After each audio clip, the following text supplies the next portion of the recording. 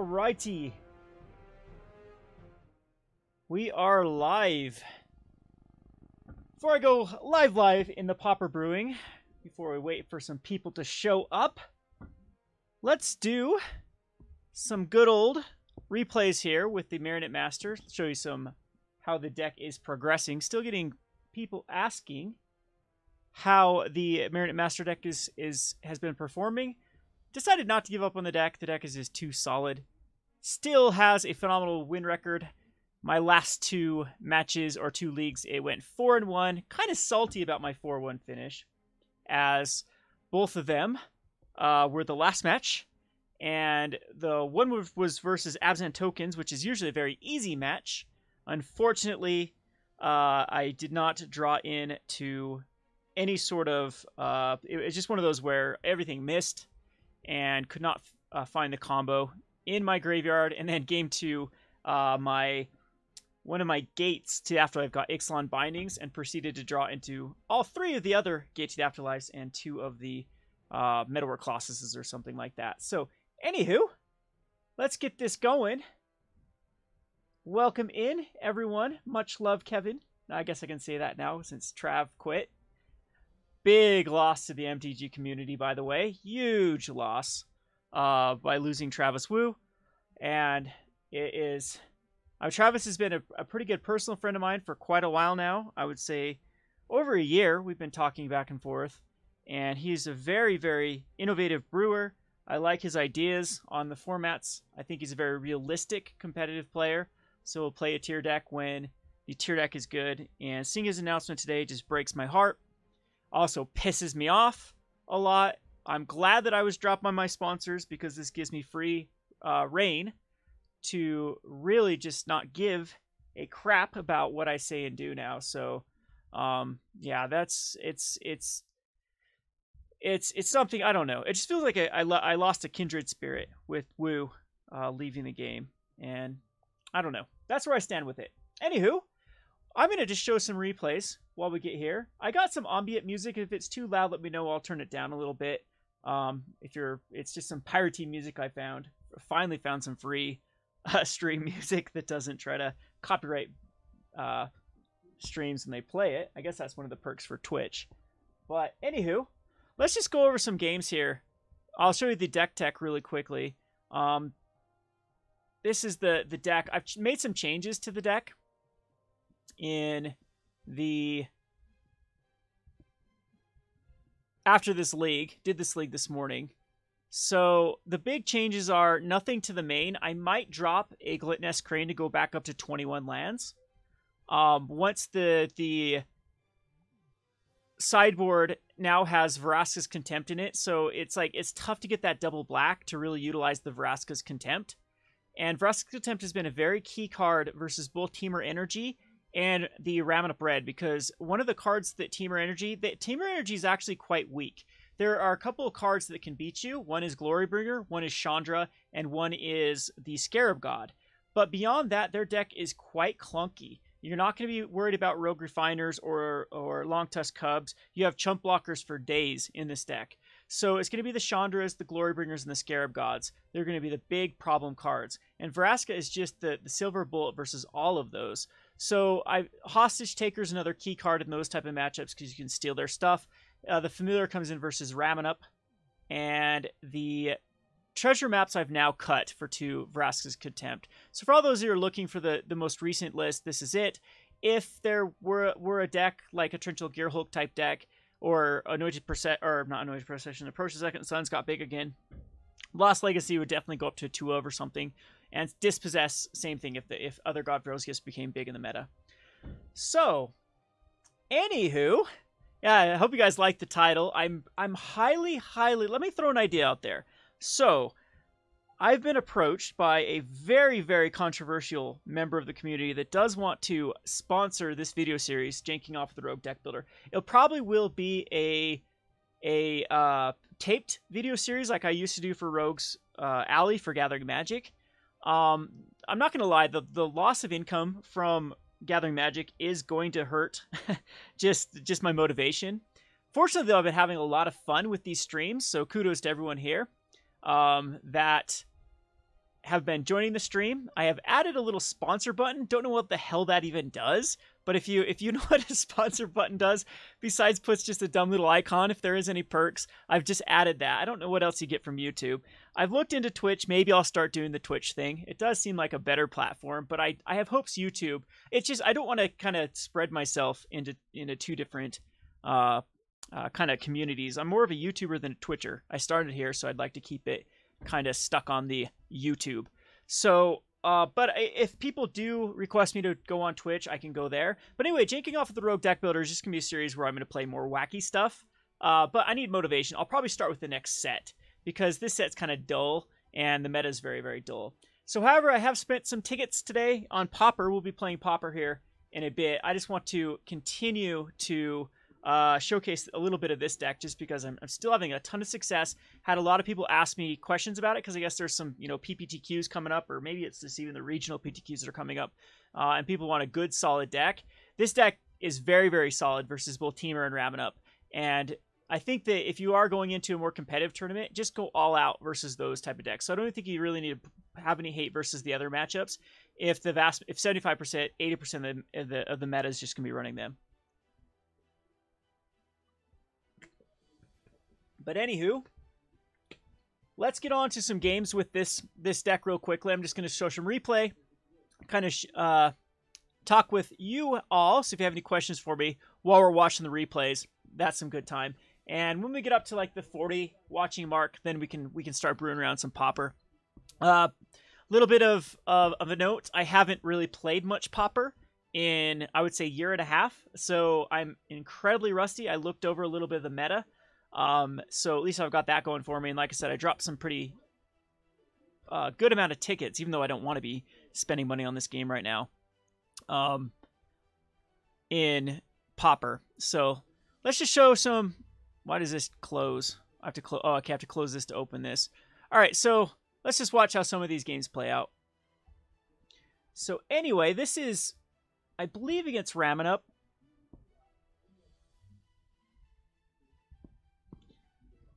And, oh, geez, I clicked yes to go first when it's this little button here that I have to click.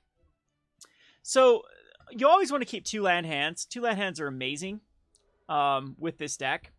The Gluttonous Crane is a very solid 2-drop.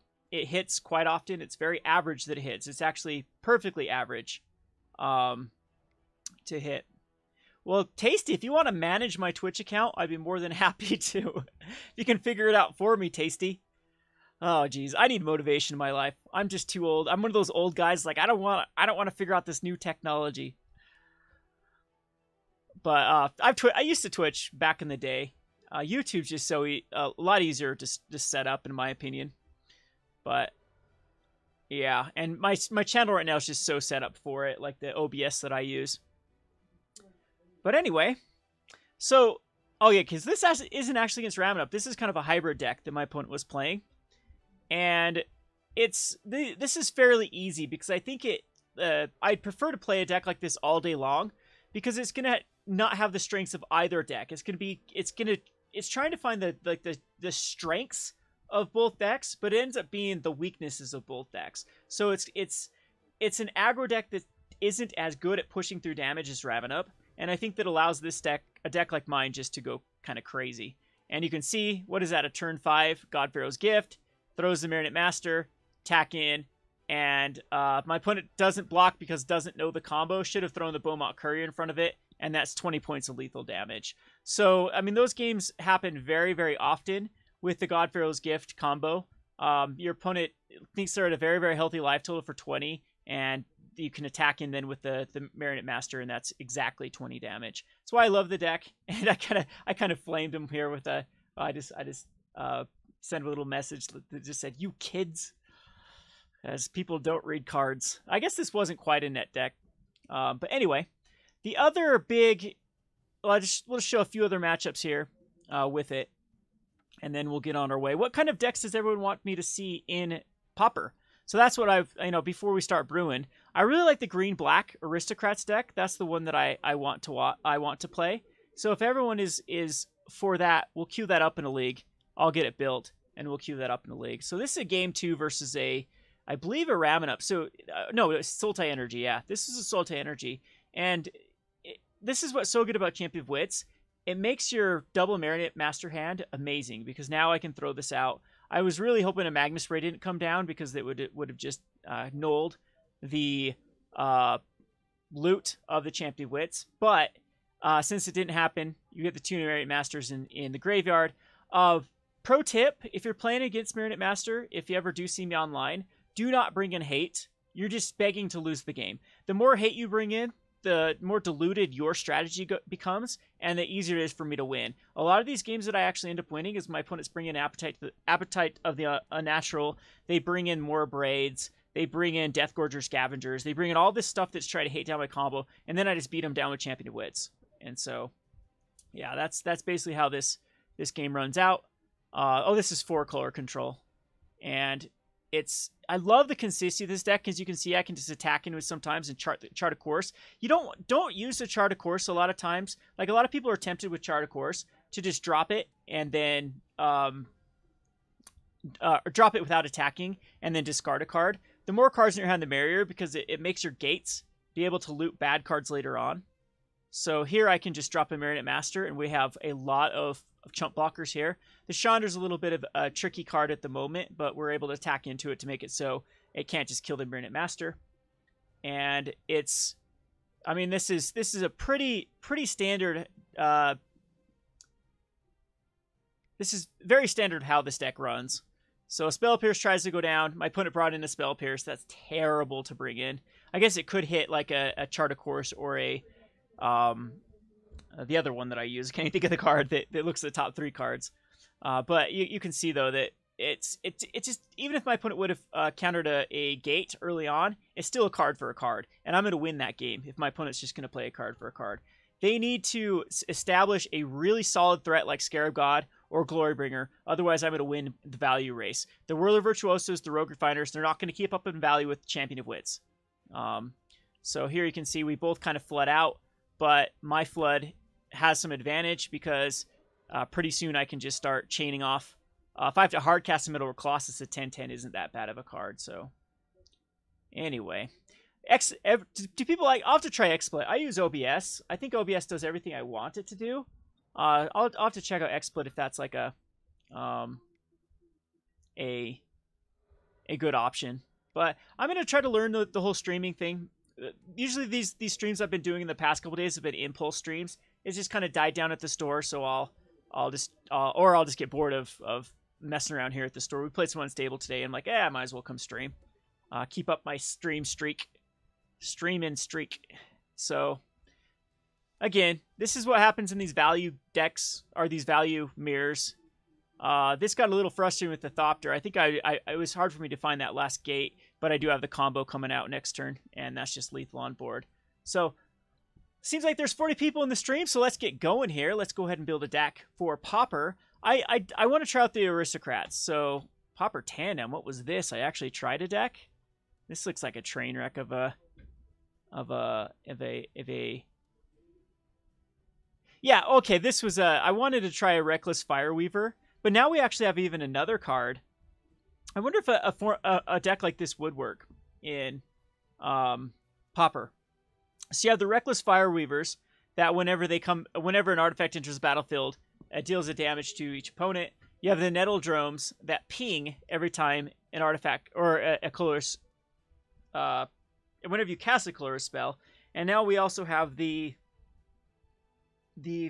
Firebrand Archer that can ping an opponent every time a artifact comes into play. So I was trying to think of it doesn't hit off the lands, but I was trying to think of an all artifact-based land and something like this. So Chromatic Spheres.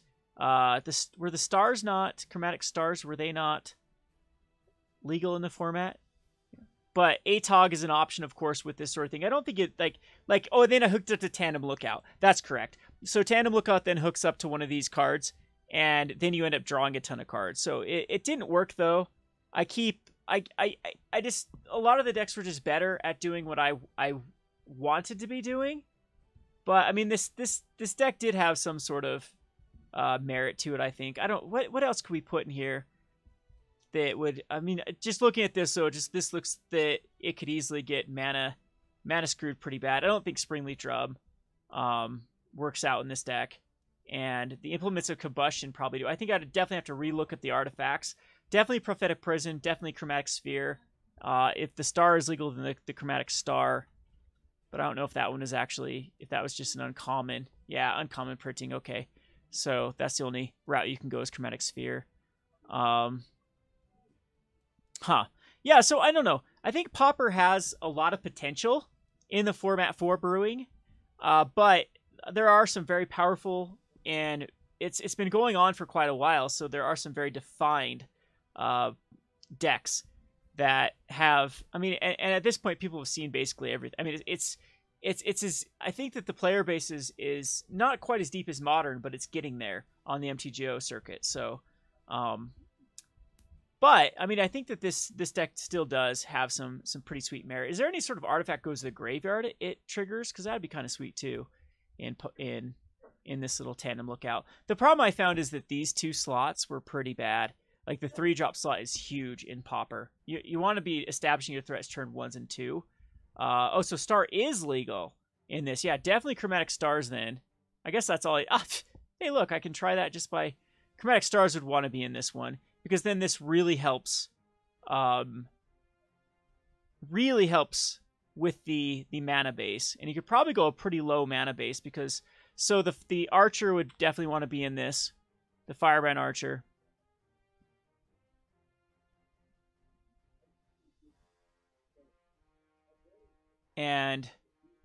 But I don't know where the rest, like, this is probably too many creatures to begin with. Is there a... Yeah, so this triggers, this triggers, this triggers. This doesn't trigger off of a lot of them, though, so I think Nettle Drone is just probably unnecessary, even though it triggers off the lands. So down a couple. I don't think we need to go the ATOG route or the Fling. Like, that was a different route to it, but that just actually seems bad. And the Springleaf Drums also, like, the whole thing I wanted with Springleaf Drum was the Nettle Drone combo with Springleaf Drum, that I could just keep casting.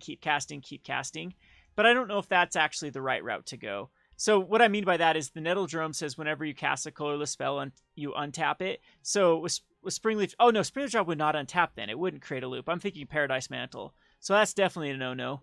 And so just basically all the implements... That's why I had the ATOGs in here, because the ATOGs could then sack the implements just to draw a card. Because this one's pretty bad. This one at least puts a counter on something.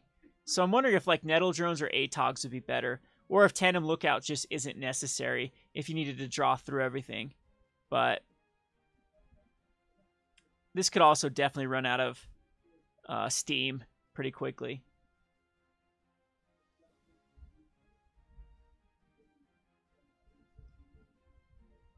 Yeah.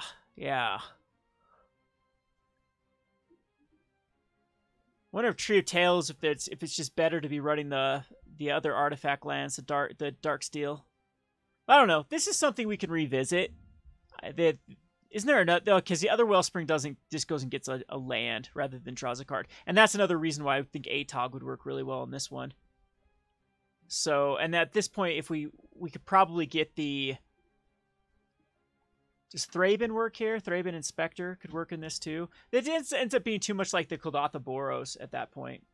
Gearseeker Serpent, is that the one that hits off artifacts?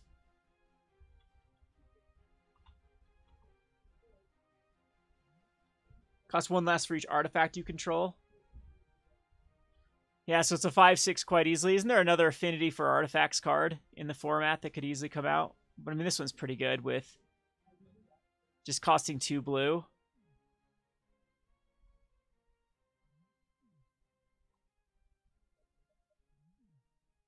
Huh. Yeah, I know, Jake. This is too much like Kuldotha Boros. It was just, this is I was just loading up Pauper here and found I had a deck that I was working on and never did. I think it was when Tandem Lookout was spoiled in Modern Masters is when I started, like, just toying around with the idea. And because I really thought that Reckless Fireweaver and Tandem Lookout would be a really cool deck. But it's all right, Brandon, how about you submit it? That's fine. Yeah, link it either I don't know if this allows links in the chat. If you have my just tweet at me on Twitter. That's the best way to do it. And then I'll check Twitter real quick, or email. Just tell me where you're sending the list, and we'll pull up your list and see. So yesterday, if you caught my live stream with the Kyle, we talked about Pauper. It looks like Pauper's already is affecting the market. We're seeing about most of the Pauper staples going up between 1 to 3 cents per day. And that's pretty good growth considering the fact that the rest of Magic is dying. And if people want to argue with me, I've got the data. This is not good. Commander staples and modern staples across the board are pretty much stagnated or going down. That is terrible for Magic. And it's not just the Christmas season. This has been happening since April, is the data suggests. So somewhere in April, whatever bad decisions that really started, that's where we hit critical mass in the MTG market, with either the player base stagnating or dipping. And I don't think we've seen the end of the hemorrhaging. Like I said, Travis Wu getting out of the pro scene is he represents a huge part of the player base. Like, a lot of people really like T-Wu. And it's like, people laugh it off like that people like me don't exist, but apparently we do exist. I have a whole store of people that have always liked T-Wu, people that didn't even know me before, coming in, that used to watch T-Wu and stuff. So I don't know. So I always get thrown back to this economic question. I think the Pauper's even stronger than the data would suggest, just because we are seeing a max exodus. I'm receiving a ton of cards too. Ton of cards in Cardsphere for 51%, which is insane because Cardsphere is already like 10 to 20% below market value. So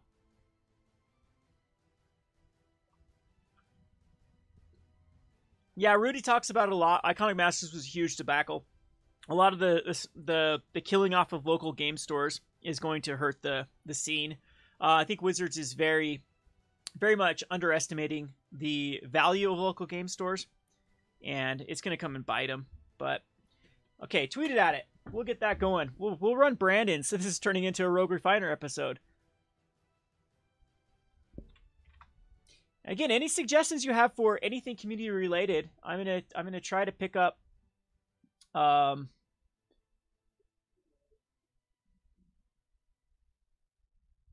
more of this streaming. This is a commander deck. This is modern, not Pauper. Did you tweet me the wrong one, Brandon? Were you saying you had a deck of? Because if this is modern, no offense right now, I'm not.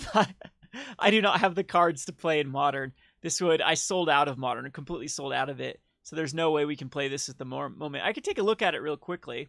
Ojitai is an interesting card. I'm not sure you need to be up to. So you're trying to go back to old school dragons. This end up hitting the competitive field for a bit. I don't know if Ojitai's command is where you want to be in modern. It's kind of a weak card, especially if you don't have a converted mana cost 2 or less that you can rely on in the graveyard. Yeah, I guess the Snapcaster Loop, the wall of yeah, that's not too terrible. Counter a creature spell, draw a card, gain 4 life, return. Not bad. I'm not sure that it wants to be in the main with Ojitai's command, because there's a lot of decks where this would just be a very, very dead card, versus a ton of the combo decks. You're not going to be countering creature spell or returning a card from your graveyard, and so it's gain 4 life, draw 2 card, or gain 4 life and draw a card. And so I think this should be relegated more to the sideboard. Do you have anything to use the tribal thing with Crypt Swap? I guess you can reveal a dragon card. That's kind of cool. Silumgar's Scorneth Navis version. It's definitely a great idea for the deck. A, I'm not a control player. B, I sold out of modern, so we won't be able to get this list up. You might want to consider in the sideboard too something that can. Have you thought about the other wall? Since you can reveal a dragon with the wannabe wall of omens, that's a pretty sweet little tech. I never even thought about that with the tribal. Does it say a creature card on that though, or just a dragon card with the wannabe wall? Anywho, yeah, we're gonna try to go on Pauper at the moment. I don't think I'm the best person to talk about. I think you got all your T's crossed and I's dotted with the Fatal Push Path to Exile meta at the moment. And then a deck like this can do good because the thing about control, they don't really care what their finishes are. They just care they have a finisher. So in the stead, I've seen other lists like this that run like an Elspeth or a Gideon. I think Dragonlord, Odogetire, and Silumgar are fine choices. And then adding the Silumgar score, the hard counterspell type thing is also pretty smart. Cool list. Too bad I hate Modern. Absolutely hate Modern. So, where were we? What would you guys like to see? I want to try. Let me pull up the MTG Goldfish list I want to try.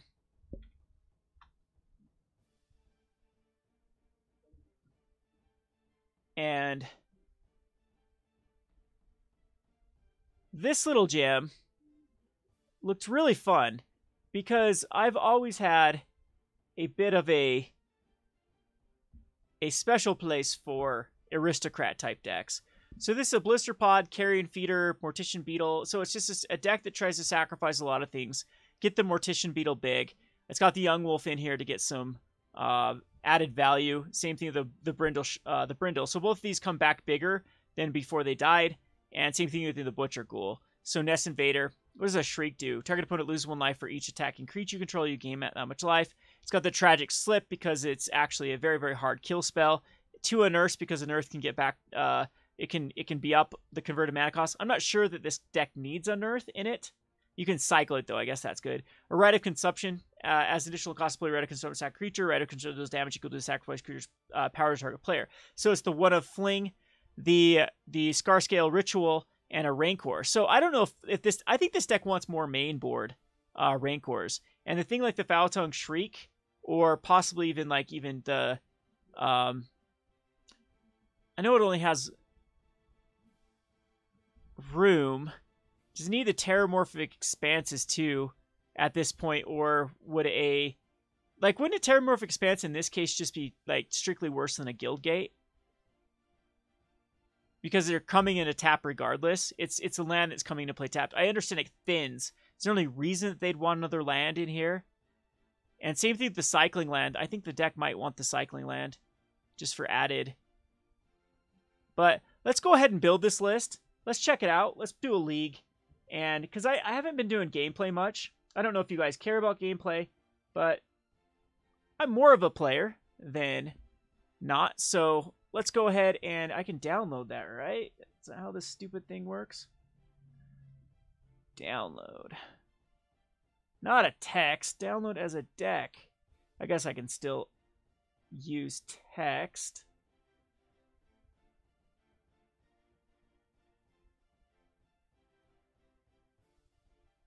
All right, so let's go ahead and load, import from the desktop.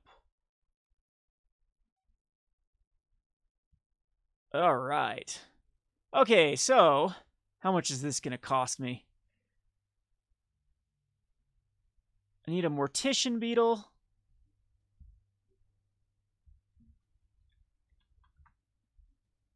Yeah, I just don't see the value of these Terramorphic Expanses. They do not seem like that they have any besides thinning, they don't have to have any value in this deck over a Guildgate. A Guildgate is just better because there's no blue source you're running up. There's nothing that gets a card back from the graveyard at all, like a land, right? I'm not missing this.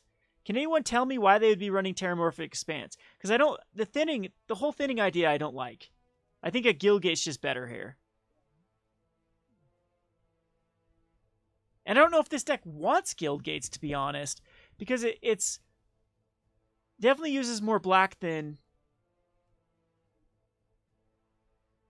green. So here's how I'd build it. I put in an Ash. I think I only have one Ash Bear that I opened up in a treasure chest. I don't feel like buying more of them. I'm such a cheapskate with this. And then 2 Guildgates. So Golgari Guildgates. Anyone a Pauper Pro here? Or a wannabe Pauper Pro? They can explain it? Yeah, there's nothing with Revolt either. You're right. It would work off Revolt, but it has nothing to do with Revolt. I mean, we've got some morbid stuff. Also, is it a common? Is the Seeker a common or the Branch Walker? I don't think the Seeker or a Branch Walker is a common, is it? Seeker Squire's uncommon. And Merfolk Branchwalker is also an uncommon, isn't it? Womp womp. We got hit by the uncommons in what you cracking? Legendary mana? This also just seems to be, I don't know if it needs to have more than 18 lands.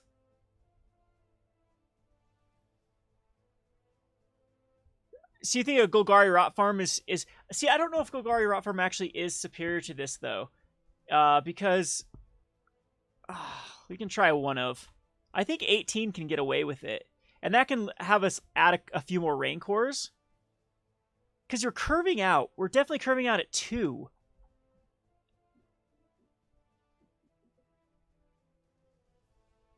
Unstable. Do you need some actually unstable cards for your cube, Legendary Mana? Because I have so many of them. Like, the only reason we crack unstable packs here is for the stupid lands. I made a killing off the lands. The boxes are pretty much break even, a little bit more at the moment.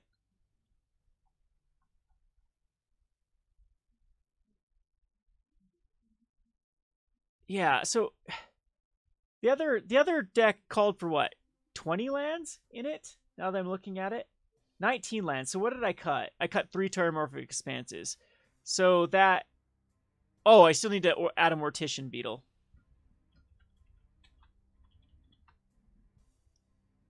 And then the Unearth still seem fine. I think 2 Raincors. Raincor seems super solid in this deck. Super solid. In fact, it's like a card I'd want to put in the sideboard to push through those like mnemonic wall type cards, so that the Mortician Beetle just can't be chumped. I don't know. Gleeful Sabotage. We're gonna have to pick these up. These are expensive right now on MTGO. How necessary is the Relic? Is the Tron deck actually going to give us problems right now for Relic of Progenitus? I know it also helps against Stompy though. And Tangle, is this just for the Mirror and for other Stompy-based decks? Serene Heart, destroy all auras. Just a one of. Shrivel versus other decks that use a lot of 1/1s. Because I'd like to put a few more Raincors. Rapid Vigor seems actually very unnecessary in this deck. Because... Is this a sorcery speed, though? The Rite of Consumption? Okay. Okay, then that makes sense why I'd want to wrap. But Rite of Consumption has a lot of synergy with the Rancor as well. Blister Pod seems insanely good. This deck just... I don't know. The more I look at this, the more I want more Rancors. But 2 is probably ideal. I'm just gonna go down to one of Relic or one of how Gleeful Sabotage. How necessary right now is to, I guess Golothaboros is pretty big, so this is a high.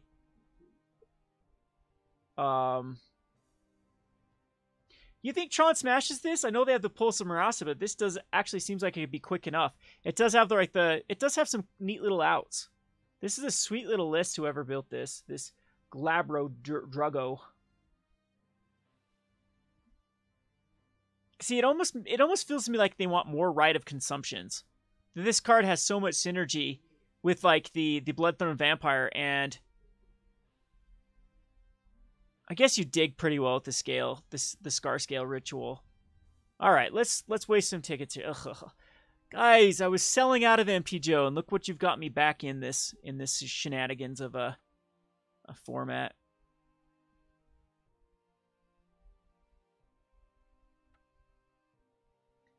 Also, how's the ambient music in the background? Is it too annoying? Because I can take it off if it is. People kept saying they couldn't stand the dead space. Gleeful. Oh, God. 6 tickets already. I have relics. It's a lot. Oh, no, I did sell the... I don't have relics? I don't know. Oh, yeah, I sold out of Modern. Yay, I'm buying cards right back that I just sold. That's probably the cheap ones. That's not too terrible. That's not too terrible. Is there not... Do you guys not hear any music at all? Well, but now. That's funny if you can't hear it.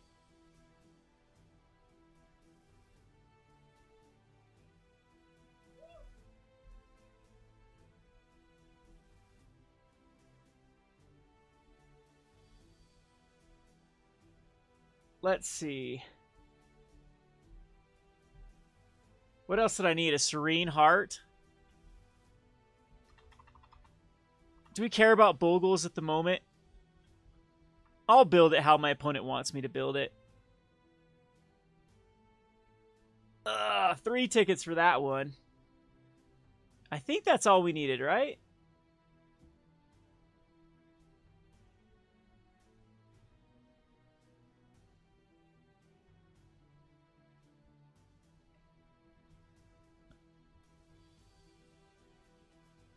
Yep. That is all we need.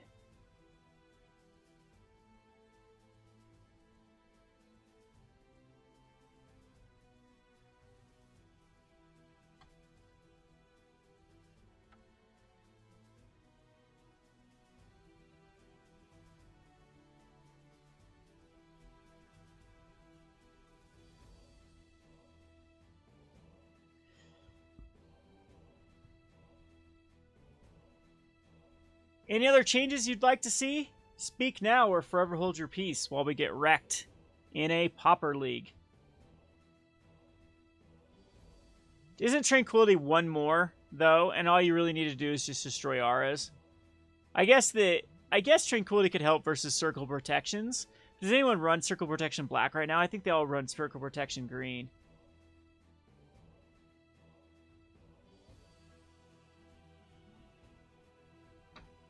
Huh. Yeah, Legendary, just email the list of stuff you need. I might have a bunch of it. For the we do a lot of Pauper drafts here. Okay, let's queue it up. If I lose, it's everyone's fault for not talking me out of this deck.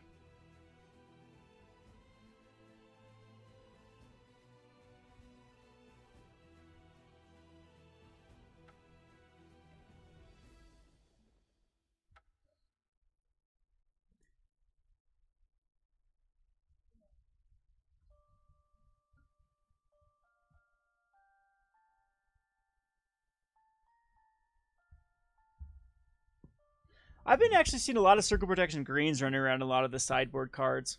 Because Stompy's the #1 deck right now, and it pretty much hoses Stompy. But Stompy does a lot of good removal for it. Oh, maybe I should hit this little play league match.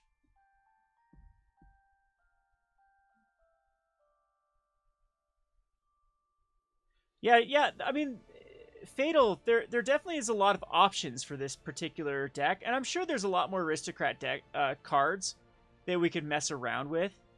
Again, I just need to have a feel for the entire Pauper environment before I start knowing how to brew, if that makes sense. Because going into a format kind of blind, not knowing how the other decks win, you're just setting yourself up to failure.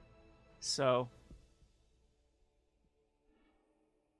Nantuko Husk is actually strictly worse because, well, one's a 2/2 naturally and one's a 1/1. This is a whole mana. Should we YOLO this? This seems pretty bad, but it just needs a green to go crazy. We're going to YOLO this. I'm probably going to get wrecked.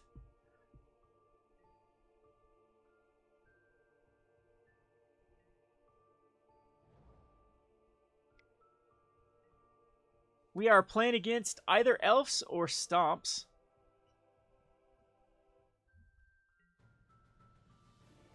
Hey, look at that. So we're gonna, of course, the Swamp's the better thing just to establish at the moment, and then the Beetle, I would say.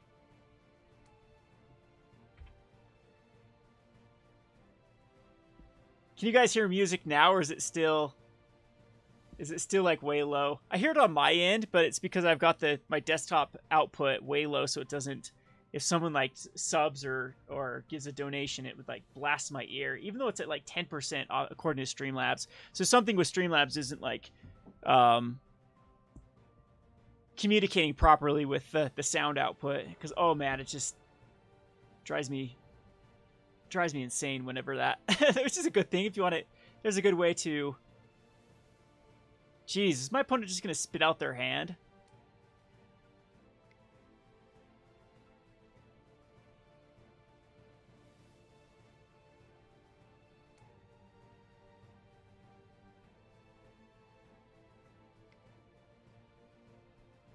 Indeed.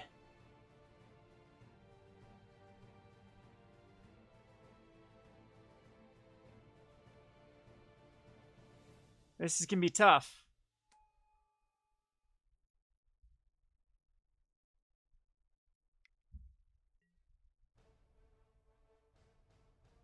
So let's just hope my opponent doesn't have like a distant melody in hand. I saw that that was being run.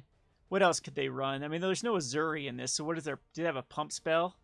That's kind of fun. At turn 2, they completely spit their entire hand out. So we have the... I think we just run out the Carrion Feeder here, and that way we can block one of the 1/1s. We can sack itself and then block. I think that's a better route to go than anything. Does anyone disagree with that play? Well, I'm the one playing, so that's the route I would go. And again, let's just hope my opponent's got a top decks into something that's not very good, so... Yeah, because we can come back from this. All I need to do is just sacrifice. Or would I like to just wait a turn? I might actually be able to wait a turn. Do I need to... Let's do some math here. 1, 2, 3, 4, 5, 6, 7, 8. And that's going to add probably 2 more damage is all I'm saving with this block. And we get a potentially better play next turn with the Nest Invader. No, I'd probably want to go Mortician Beetle and Blister Pod. Okay, so I don't make it because I'd want to sack the Blister Pod. So we actually just let this go through. Well, this is probably what the Shrivels are for. Could you imagine a Shrivel that turn? When I wipe, my opponent has just 2 nonsense cards left. So it's a land grant. Okay, it's kind of annoying, though, because this allows my opponent to go get the blue. And now, knowing my opponent's luck, they're going to... Oh, wow, they're just running just a regular old... Else without distant melody.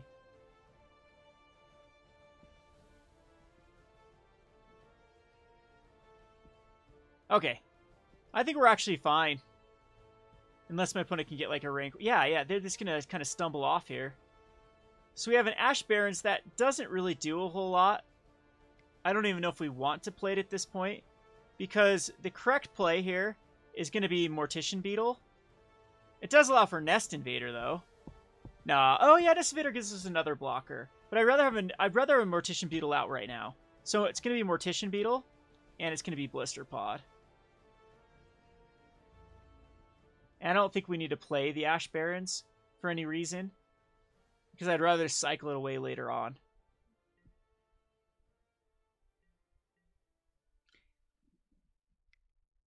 Howdy, howdy.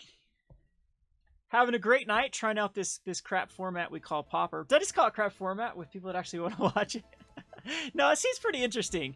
It's the last time I played Pauper, there was still a lot of nonsense. And this seems a little bit when Stompy's like the #1 deck, I think that's a good sign because that's like a creature-based deck. And I can live with that. I don't think I need to do anything here. We can just hold it back. This Huntmaster is going to be pretty busted later on. They need like a pump spell now. So Nest Invader is probably the play here.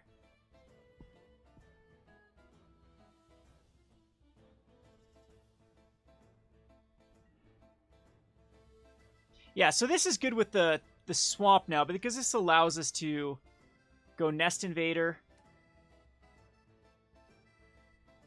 And we can cycle this. Oh, it's a basic land cycling with the Ash Barrens. Yeah, that's fine. I'll do it right now. Grab a forest. So you guys are telling me you can't hear this sweet music I got going on right now? I found a pirate music. Maybe I just need to turn the volume up with it.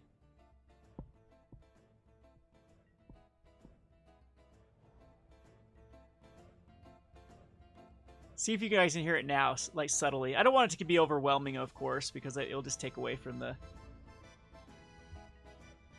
gameplay. All right, we're in great shape here, actually.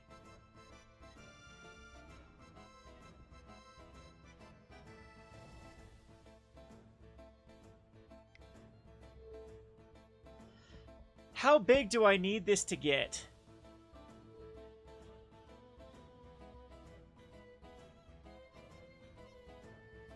Might as well play this out. So much for my opponent ripping out their entire hand early. Attacking with the beetle.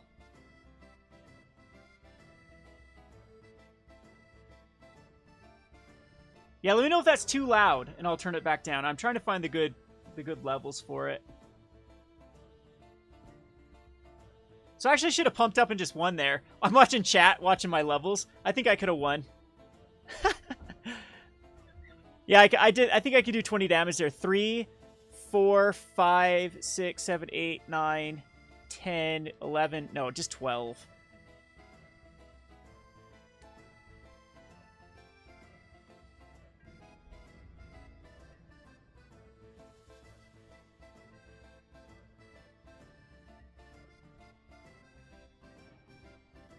Another carrion feeder. Wonder if I start I should actually attacking with the carrion feeders.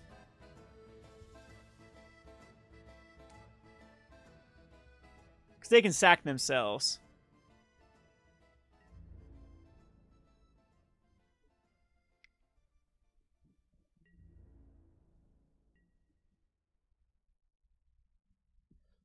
Alright, so this should be lethal.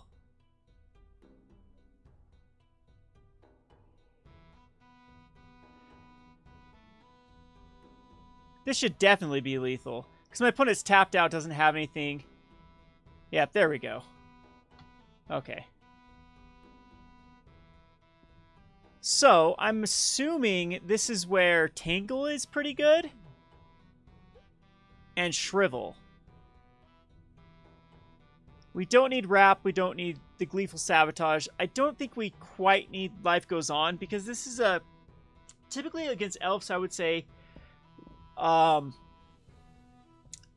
You wouldn't need a...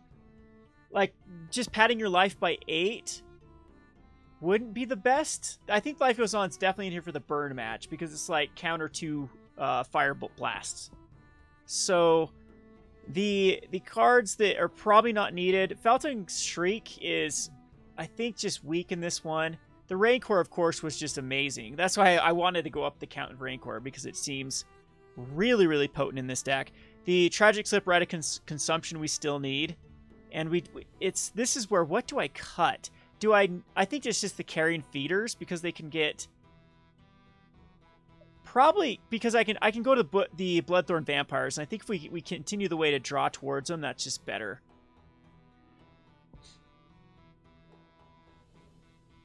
If that makes sense. Uh-oh, gonna have to top myself off pretty soon. Running out of our official sponsor, Powerade. Ugh, stuff's disgusting. Purple. Ugh. I think we can keep this hand with because it interacts with our opponent really well. Okay, so this one's a Lead the Stampede one. Okay, so do I need to Tragic Slip just an Elvish Mystic? I'm not quite certain because they have key cards that I'd rather kill. But since I have the backup card... I'm going to let it play out.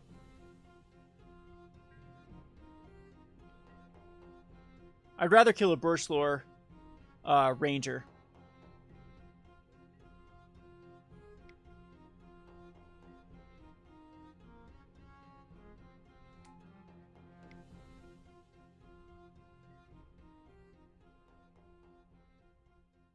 Sure.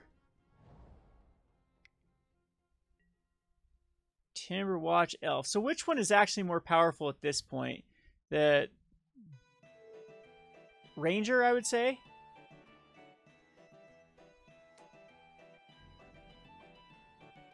So what I really want to find here is a green source for the Young Wolf. That's not bad. Gives us something to put out.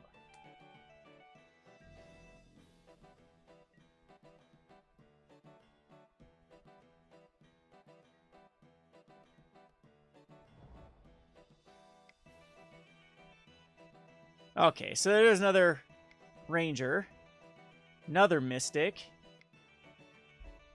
and another elf.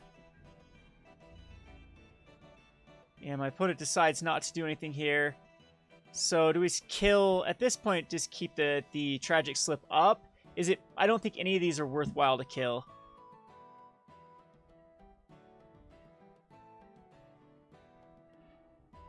It's at least getting us to where we need to be with the Jungle Hollow. Everyone say hello to Zach. Hi, guys.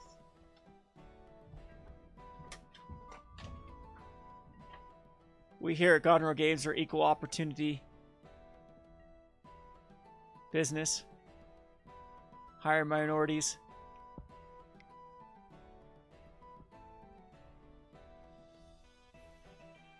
Lead the Stampede. Well, not much I could do around that. See, I disagree with just killing the Mystic. I think that we just need to keep up the Tragic Slip for one of the cards that is incredibly important, like this Timberwatch Elf. That was a pretty insane draw with the... I guess that's what it does, though. Works off 1 land, 2 lands. I don't know how many other lands are in.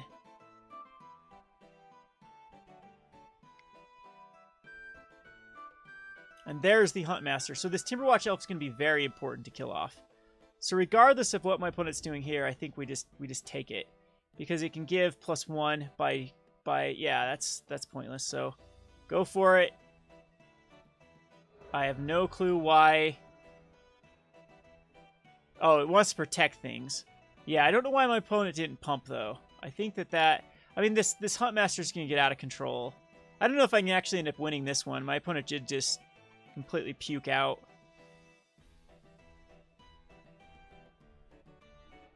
But the good news is we do have the Timberwatch Elf, but there's another one in hand. So is the Huntmaster just better to kill at this point? I think the Huntmaster's the right kill.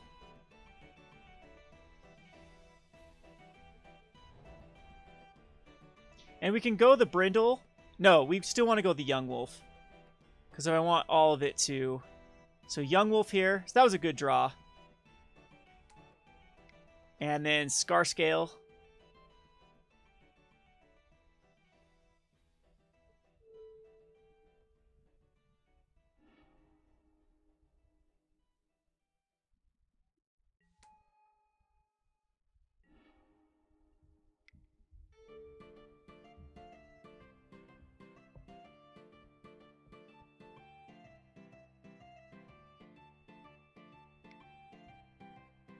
That does not help your dude. Oh, it does! Because of the Ranger. Womp Womp played into that. Yeah, I don't think we can win it this way. Oh, no! No, yeah, untapped target. Oh, my opponent double-clicked! Double-clicked on the...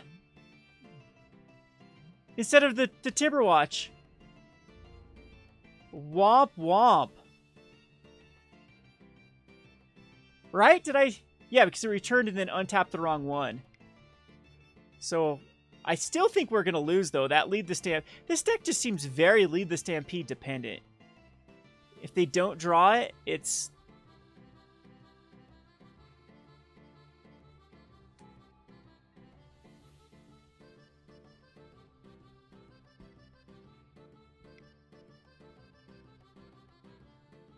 Jeez.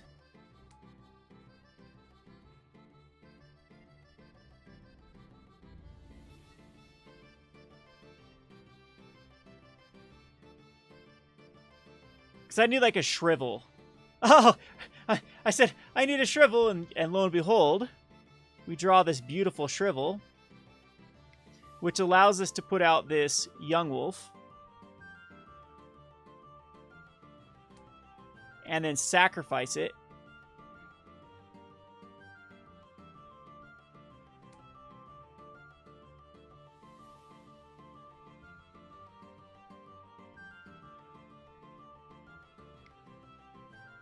And now we can shrivel, which will do a good job wiping a lot of the creatures.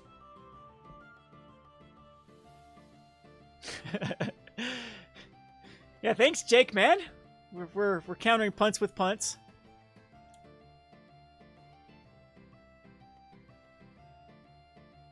So it wants to keep the Ranger alive and probably...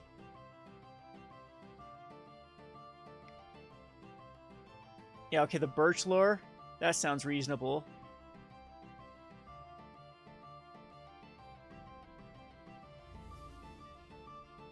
However, we're still not out of this. We need to find another Tragic Slip.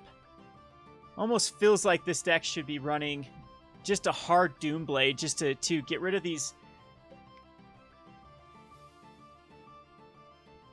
Yeah, then Elvish Visionary. Yes, this deck is just insane on the card advantage.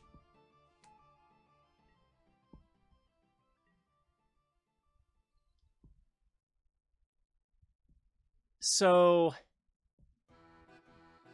we're still in terrible shape because we just can't block enough and then just get hit with lethal. The Shoat will be okay. The Nest Invader will be okay. And the other Timberwop, so they can block. So one creature can get pumped 3 times now.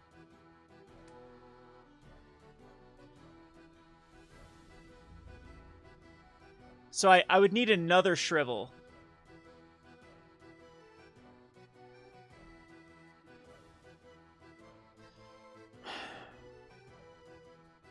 Rancor doesn't do anything at the moment because it just gets pumped. Yeah, I don't know.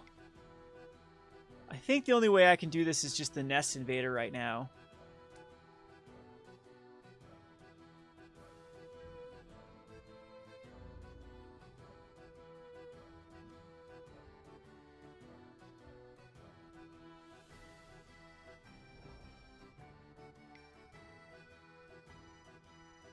Still has 2 unknowns in hand.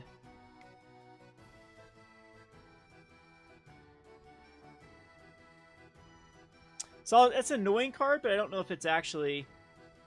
I mean, it's annoying for our clock for sure.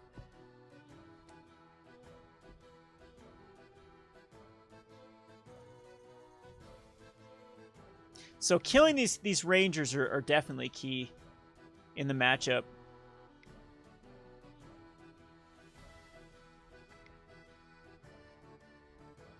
Is that a Distant Melody? Oh, jeez.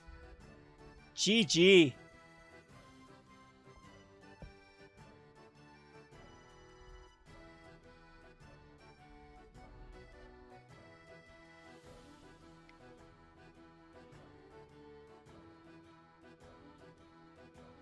Pretty sure we're just dead here because the Nettle... My opponent just needs another Nettle Sentinel.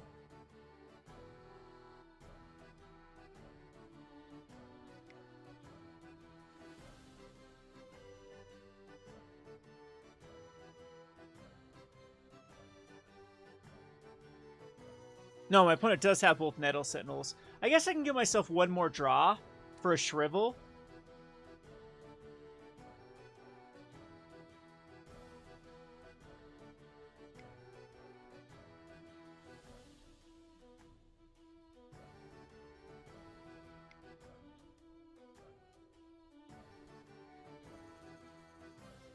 Now, Tangle actually might need to be brought in because I think I can...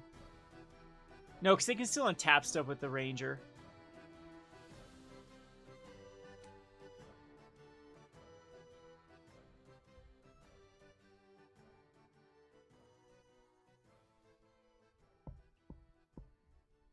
So Distant Melody, what adds the mana of any color? Is it the... Okay, the Birchler Ranger does.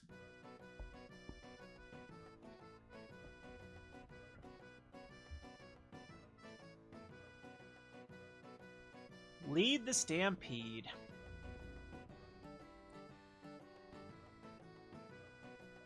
Alright, one-time Shrivel off the top. I don't even know if that does anything because my opponent's still at 7. And that's not going to do it. Alright. We are so dead. Yeah, so I think this deck does want some hard removal. Some Doomblade type card in the side. Or a Bone Splinter. It wants a Bone Splinter. Isn't that a common?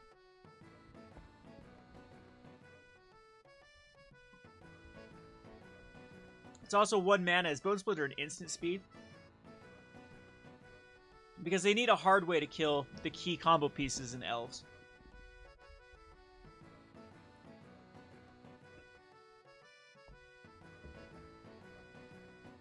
I don't think I changed anything. Maybe take out a Rancor. But I still don't think the Carrion Feeders does anything here. Bone Splinter Sorcery. Wonder if there's a Bone Splinter-esque card. What's the one that just came out of, Isn't there one out of... Puts -1/-1 counters on something? If you sacrifice a creature as an additional cost? That's like 4 mana, though, isn't it? Out of, Hour Devastation or Amonkhet?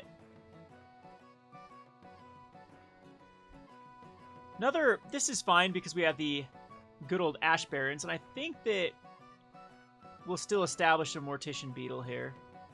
Or maybe keep up a Tragic Slip? No, we can react to whatever that is, so... I'm actually going to cycle. No, we'll play the Mortician Beetle. I think that's the proper play.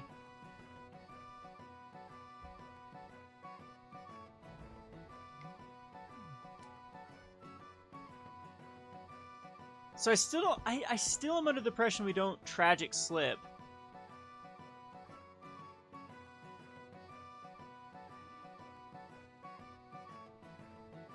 I'm just gonna cycle.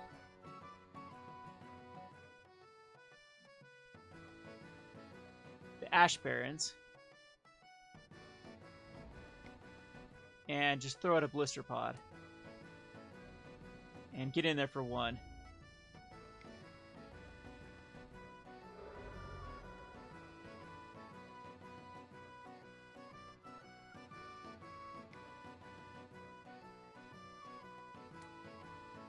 Alright, so Visionary's not that threatening.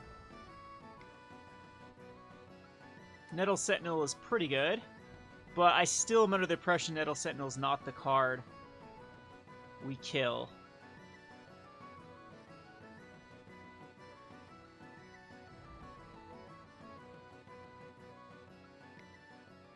Nest Invader to me just looks like the more powerful card at the moment.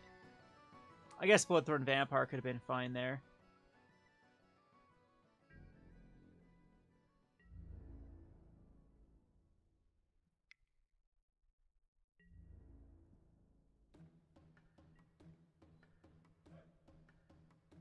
Surprised my opponent wants to make this trade.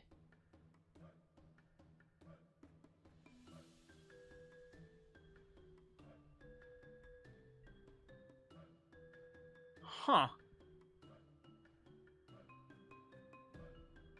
Now do I keep the Tragic Slip or do I want to use... I think that's fine. That's fine.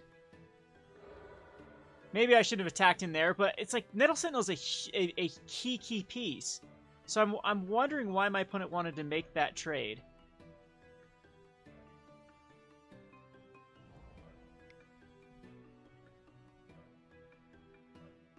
Yeah, I don't care about the Spider Silk armor. So he's just fighting around Shrivel now with the Spider Silk armor.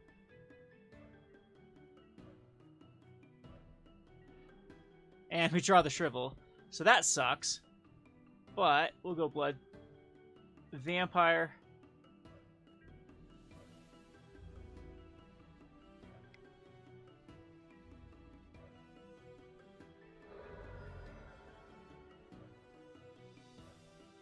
Spider Silk armor.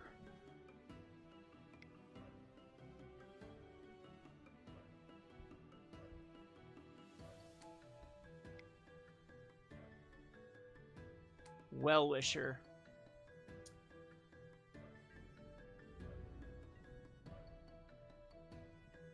It's a tough matchup. Just all of their synergies, like, they can draw out of it at any time.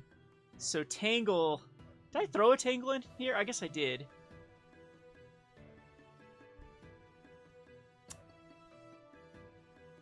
I don't remember putting that in. Oh well. Yeah, because we brought in three and 1?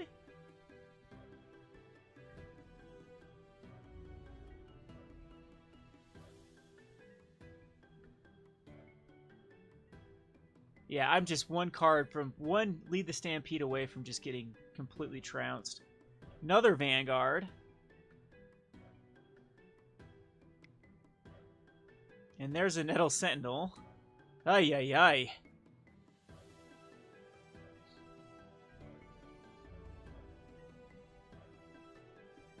Still don't think I pull the trigger. That is very annoying with the Well-Wisher. I think we just have to wait till another Shrivel.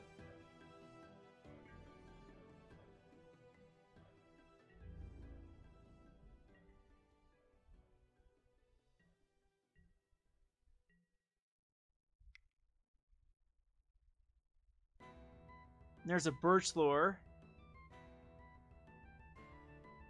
Still not one of the key cards. Even though these Vanguards are getting huge.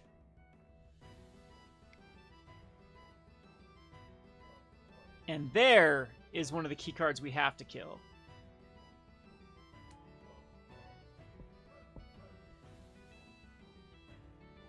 My opponent's going to be up to a bazillion life by the time I think I can draw out of this. It's also a 1-3. And I need to do this right now.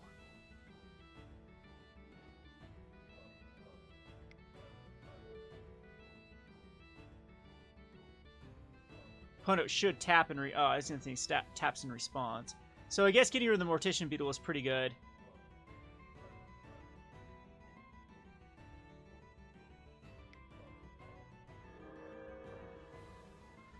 Double Shrivel. Is now the time to double Shrivel. I'd lose a bunch of my creatures and be staring down a bunch of 4/5s. However, yeah, I don't think I can quite pull the trigger on double Shrivel.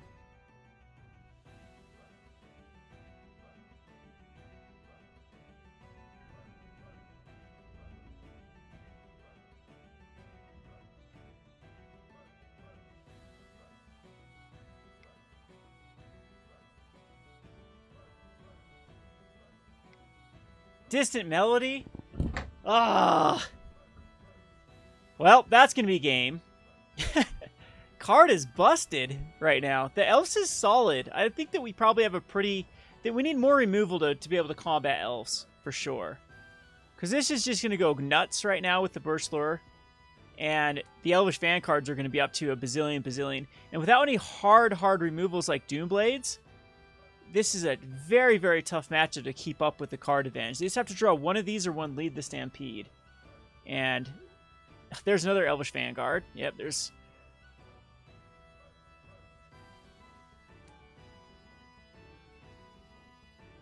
crazy.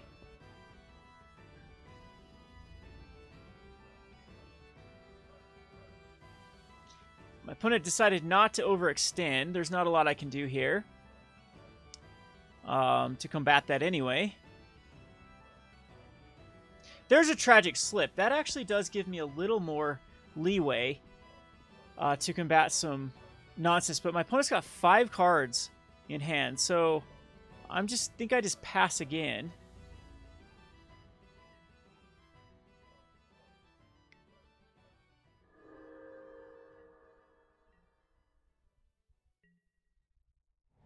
Is this really their only way to create blue? That seems like a liability with Distant Melody, but I guess not. Ay, ay, ay.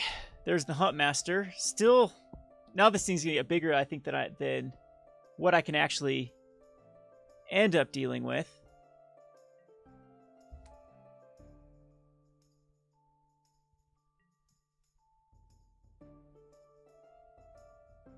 Is the card legal whenever a creature enters the battlefield under an opponent's control, they lose a life? That would seem like a pretty decent little... maybe it's not impactful enough for Elves. Where an opponent loses a life for each creature they control type cards. Splinter Twin had a bunch of those. Or anti-splinter. Yeah, this deck just keeps on digging. I think this is where we're going to find the problem with Pauper. Is there's going to be cards that are just are decks that do a certain strategy that are clear winners with it. I do like the Aristocrats. I think this Aristocrats definitely does have some merit. But how can you compete with Lead the Stampede and Distant Melody in a format like this that doesn't have like hard removals like Wrath of God type effects?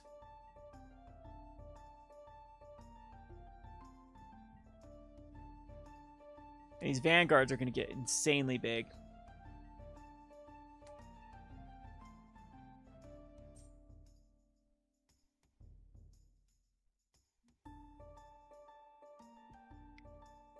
Trespasser's Curse, but yeah, I guess Trespasser's Curse doesn't even really help versus this. Another Burst Lore, so I think unfortunately we have to...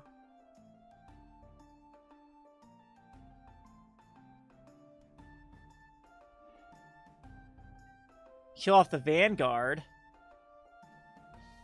The big Vanguard.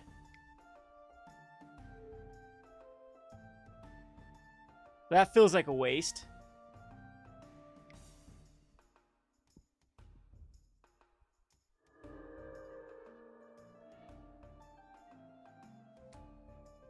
And I know a lot of the games, too, will be one against this Elf decks because they just, like...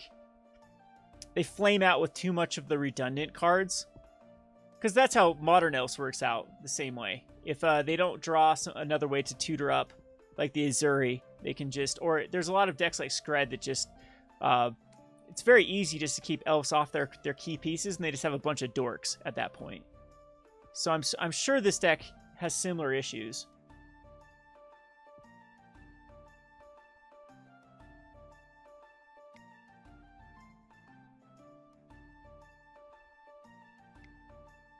But I mean, literally, my opponent has gone through half of their deck.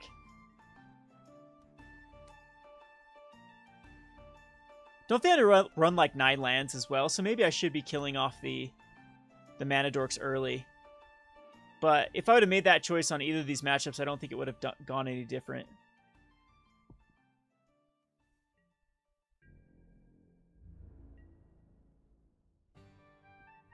Yeah, we're just dead to the backswing here with the... if I double Shrivel.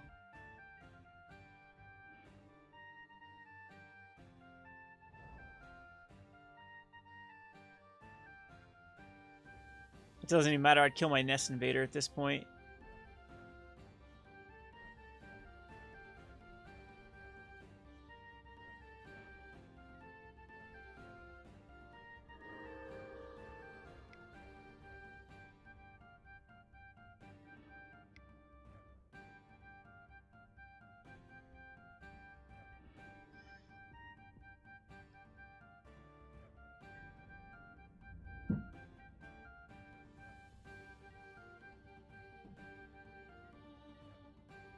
Yeah, I mean, Trespasser's Curse does have merit, but I think 9 out of 10s, it just won't. It won't do anything. This deck is nuts. How much cards it can just draw through.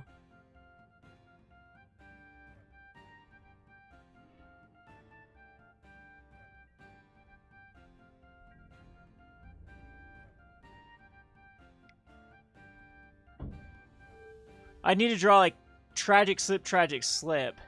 I have a Tangle to get out of this, but that's not even going to do much. See, this is the problem with no hard board wipes in the format.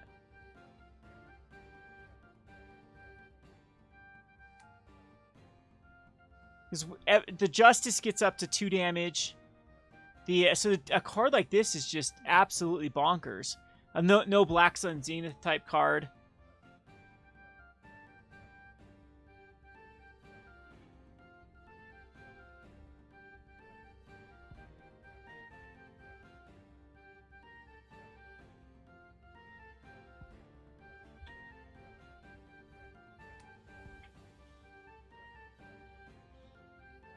But, I mean, yeah, they just came right back in. I've seen enough. We'll go on to the next match. Okay.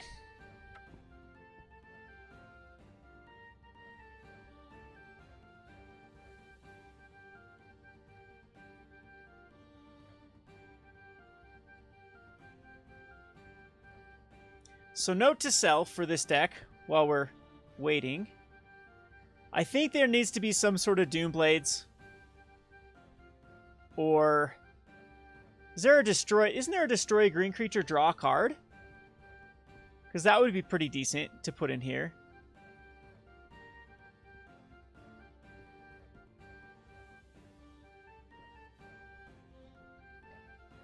I swear there was one in Pauper. Destroy.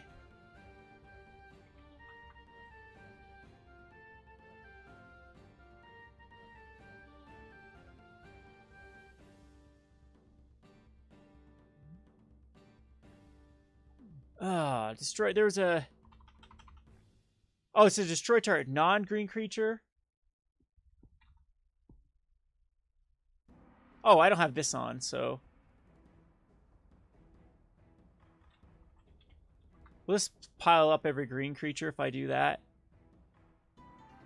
Alright, so in Pauper...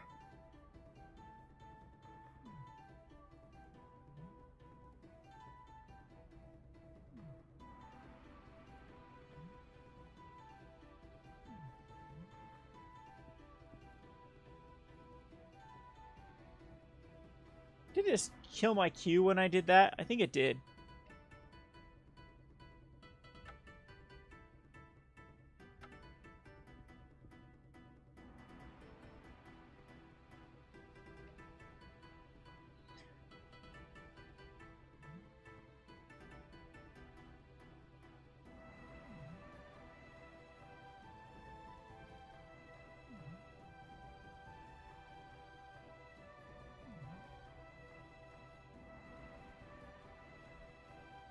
Huh, I thought there was one that hosed out green cards, but maybe I'm wrong. It was just a common that I played in a sideboard when I used to play Pauper. Self-Living Moon I know is an uncommon. I don't think...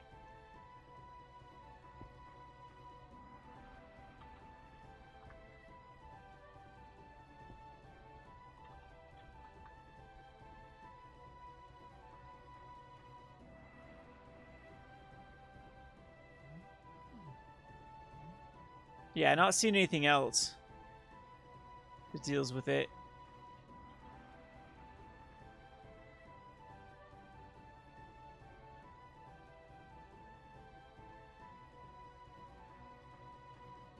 So it is Slay, huh? So it's not... It must not be Pauper.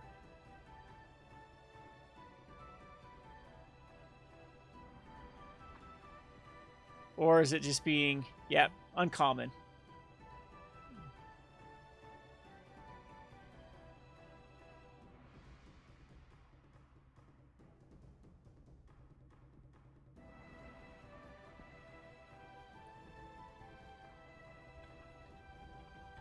So I wonder if Bone Splinter is just better, or is it Doomblade? Doomblade is just a better...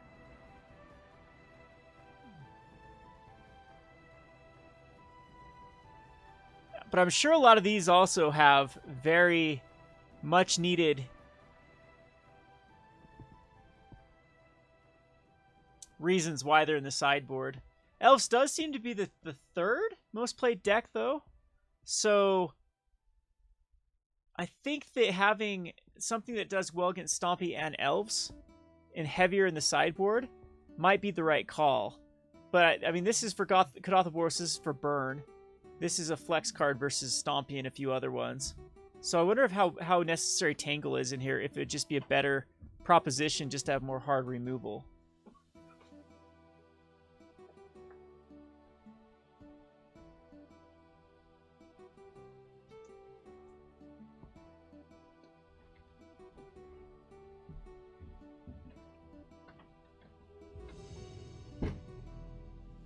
There's not like a creature that makes you sack your own creature to destroy something, because that would, of course, be the better route to go. Because then you get the added bonus of being able to sack itself, or sack something like a Butcher, Ghoul, or a Young Wolf. Yeah, Pestilence wouldn't be bad, but it kind of goes against your own philosophy.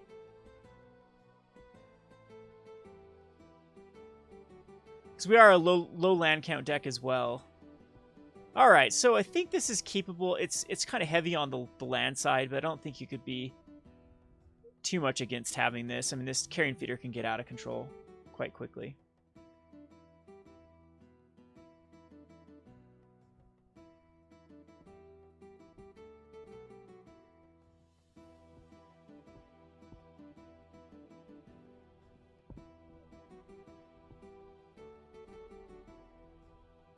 Because most of the cards I'm thinking of are definitely uncommon or rare. That is going to be my issue with Pauper. I mean, I'm trying to get into it. It just seems to be too pigeonholed into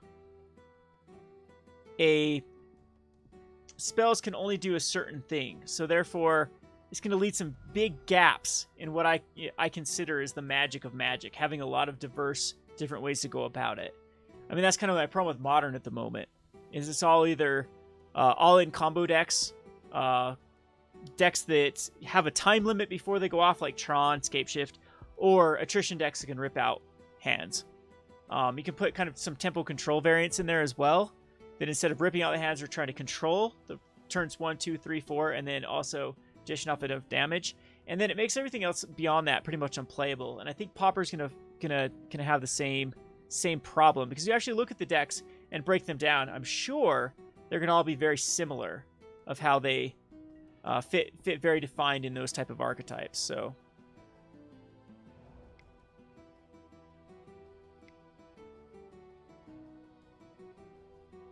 probably actually should have done a Carrion Feeder there over Nest Invader. Did I draw that swamp though? No, I should have led with the Carrion Feeder.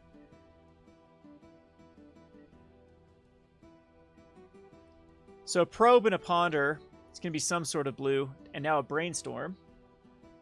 SWAT. Is that the cycling destroy a creature? Don't we have the... Isn't the destroy a creature with converted mana cost 2 or less in this? Or is that's actually an uncommon as well, isn't it? Grasp of Darkness is in the format, right? And so is Victim of Night. Victim of Night just might be better than Doomblade because it's more versatile.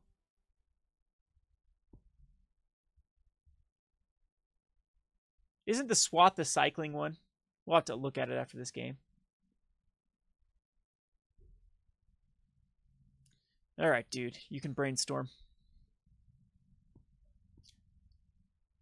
Must be no real advantages to setting up the top of your library in Pauper. Otherwise, Brainstorm would be banned very quickly. Ponder, Brainstorm, and Preordain are all legal in the format. And Gitaxian Probe. Victim should kill, or is Angler's a zombie? Okay, yeah, gotcha.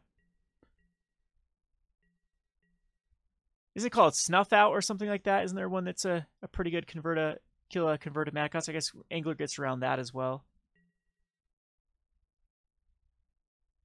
Innocent Blood? I wonder if this deck wants an Innocent Blood in the sideboard. That actually seems really powerful for this deck.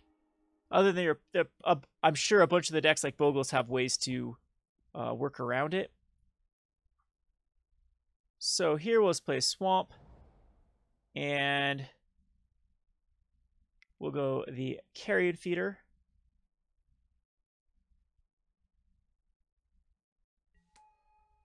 And I think just the Brindle Shoat. And get in here for 2.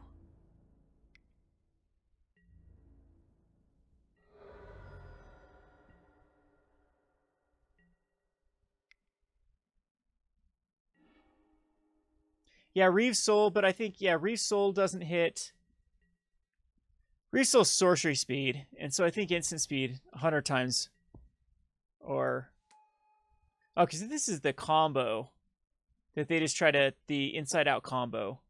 So I could just die next turn, and I don't think I have...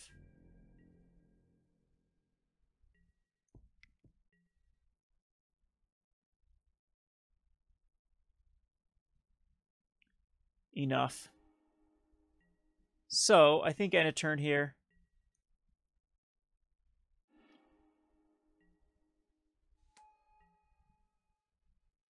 We'll pressure our opponent enough. Because all 3 of these can attack in. Leave the spawn back. The Barons is pretty bad here.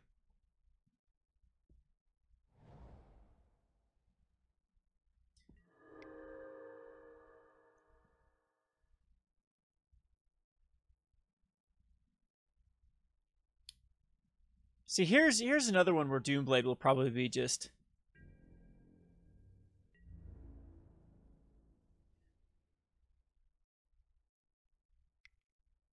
a better... Yeah, I have a feeling I'm dead.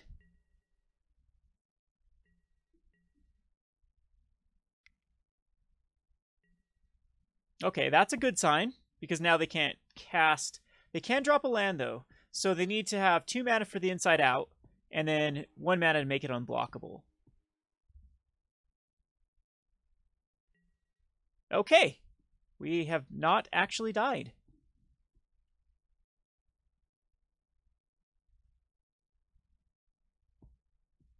Guess Verdict is nice, but Guess Verdict's pretty bad versus elves. My whole thing, I'm looking for an answer for elves, and I think it just has to be Doomblade. You have to find those ways to kill those specific pieces. There's no 2-for-1 Doomblade like a Chain Reader type card is there, where you can cast something early and then use it again late. Like Firebolt, for example, with the old Tron decks, was pretty good versus elf type strategies, because you could kill one early, then flash it back later on. All right, my opponent just missed, dawdled around, didn't find the Inside Out or the ability to give it unblockable. So here I think Tangle is incredibly good, because if they do their all-in combo, I just kind of tangle. So don't need Relic, don't need Life Goes On. Life Goes On is kind of interesting because it can put me at a higher life total, because I think the combo does try to just go off on one turn, because each card... So basically this Life Goes On represents 2 cards. So it's 2 more cards my opponent has to have, if that makes sense. So Life Goes On could be good here, but I'm not thinking it's necessary. I don't think my opponent does a lot for the Unearth, so I can just take the Unearth out. And I want to say hello to Zach again. I don't know if I actually saw you on the screen there. Yeah, there's no reason for anything else. Duress is okay in the board, but the thing, Nick, what I've been seeing with the format is it's really creature heavy at the moment, with Kadatha Boros, with elves, with Stompy, and it just doesn't seem like you have to kind of pick your meta that you want to, or pick the meta that you want to kind of shut down, or the archetype you want to shut down. Yeah, well, if you missed the deck, we actually had a lot of Shrivels versus the last match, but we kind of didn't work out as planned. I think this is all the changes we make. I don't think we bring in the Life Goes On.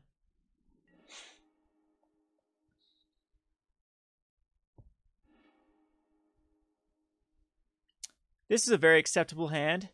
Again, it's kind of awkward to which one we lead with.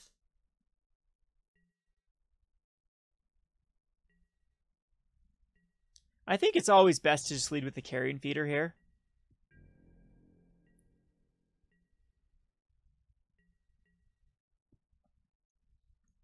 Do they have something that works with the land in the graveyard too? These Evolving Wilds and 2-color decks just continue to surprise me. Like, where are they better than Gilgates? Like, just for the thinning aspect? Oh, this can shuffle. Never mind. So in this deck with Brainstorm, I can see why they would want Evolving Wilds. But this deck list, just with the Terramorphic Expanses in the 3 of, just seems very, very questionable. Devour Flesh also just makes them sack, right? So, like, versus Elves, you don't want sack effects. They have too many creatures that are pretty much mana dorks, especially once they've used their ability. Like, if anything, Innocent Blood would work out a lot better in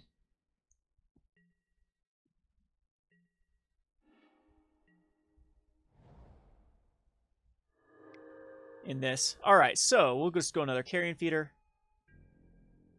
and pass the turn.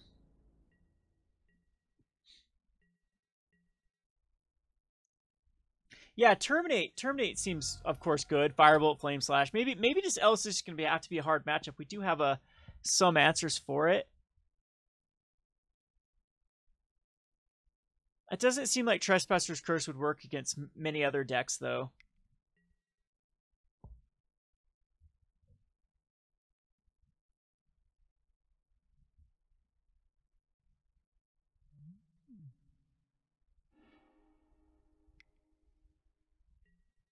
Yeah, we have the 3 Shrivels. If you missed that matchup, though, we actually drew the Shrivels. But one of the matchups they had the Aura that gives +0/+1, and the other one we wiped the board, and then it was just it doesn't kill the Timberwatch or the Timberwatch Rangers, and then a Distant Melody or a Lead the Stampede just gets them right back in it. Game 1 we won with a big Rancor on a creature, which is always fun.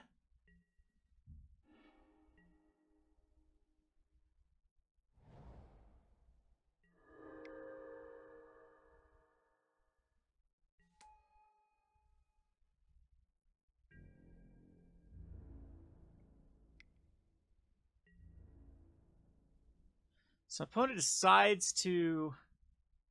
Yeah, I think we just do the damage here. I don't think it's worthwhile to escalate this at all at the moment.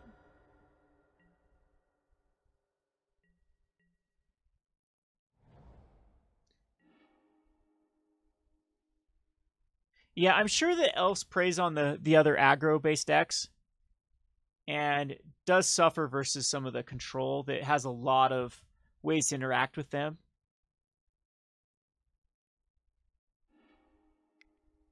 So again, I'm still trying to find my bearings for Pauper. I think we played okay versus that match with basically not having any experience playing against it before. I just kind of figure out what it was trying to do. You know, I played against Elves in Modern a bazillion times, so it's similar. There's the tribe, so now I think I have to keep up the Tangles. So I'd actually like to draw a land here.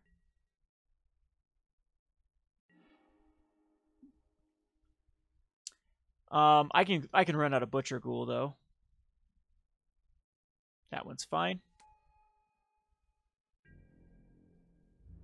And we'll swing with the team.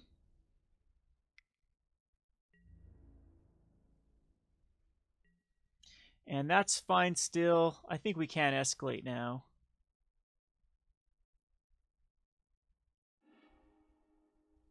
And get in there for 3, because we do have to wind our opponent down.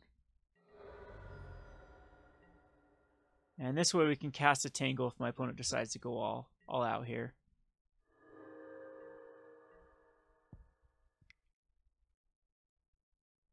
Yeah, exactly, Fatal. Maybe I was looking at it wrong and should have tried to just race Elves, but that still looks like a bad proposition with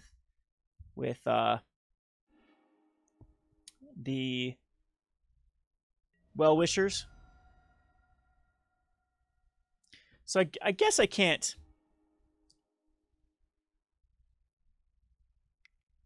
kind of psych my opponent out here with a Tangle. I mean, my opponent knows exactly. Okay, I think my opponent has a Spell Pierce then in hand.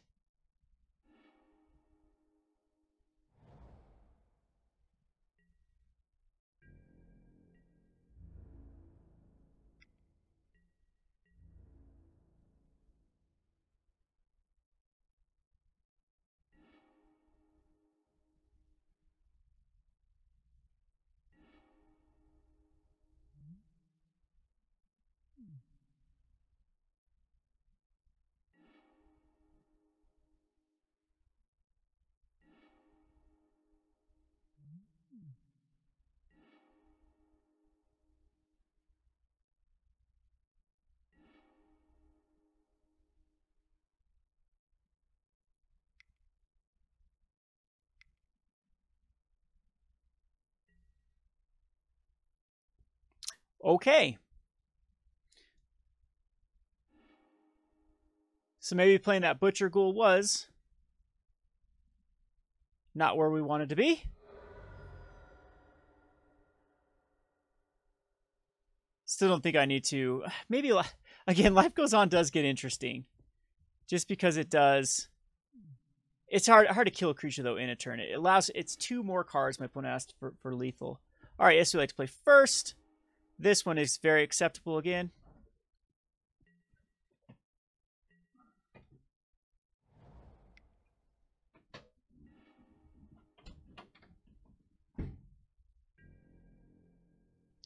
Next turn we have the good old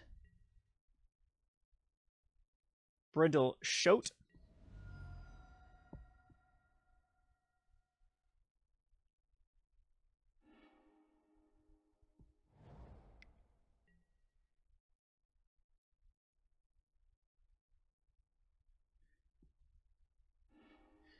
Wonder if too if we go back to the what's the goblin that or the zombie that gives a creature a -1 encounter when it goes to the graveyard. That might not be a bad card to put in this deck, as it's a resource.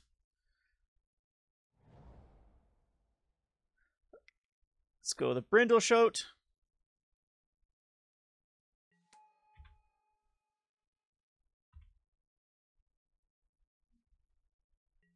Because I like the counter, because my opponent can't respond by the Timberwatch Wolf, for example, or the Timberwatch Ranger, for example, as it. All right, so is my opponent going to try to counter the Scar Scale? So I don't think we need to do Scar Scale quite yet. I'll just continue to just use like Butcher Ghoul and then attack in. I'd rather not run into a Disrupt at the moment.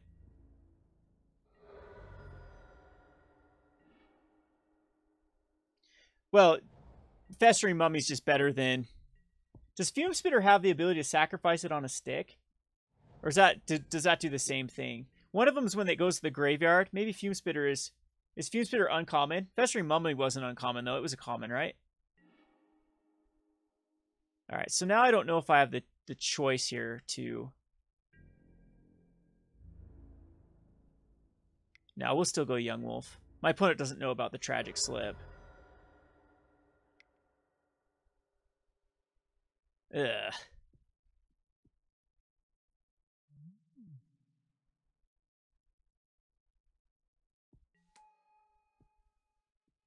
I don't think I need a Foul Tongue this turn. It has potentially more damage next turn. I think Tragic Slip does. Yeah, I might as well use it. Hey, we get a Disrupt out of there. Whew, that's actually a good...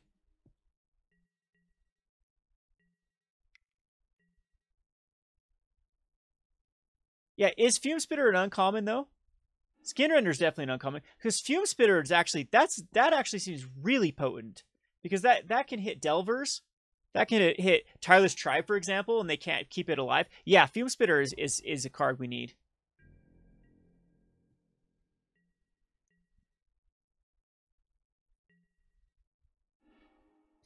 Well, this is terrible. So my opponent can dish off 20...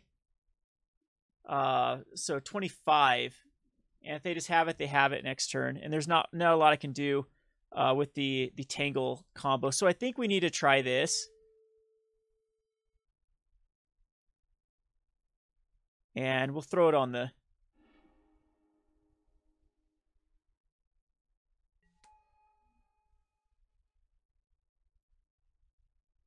But we kind of need a swamp to happen. Oh, so has the Madness now. And it is going to counter it. Yikes. All right. So that's what I was hoping not to run into. Maybe I should have just chucked it out one of the other turns, and I think we're dead again.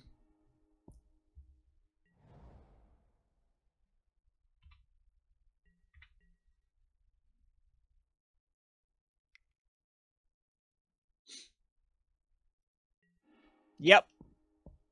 I couldn't have played around it. Tangle would have won. Or Tangle would have been countered. That's a Gush, actually. So, Shadow, and that's game. Alrighty. That actually seems to be a pretty... That matchup with the Tangles doesn't seem that hard.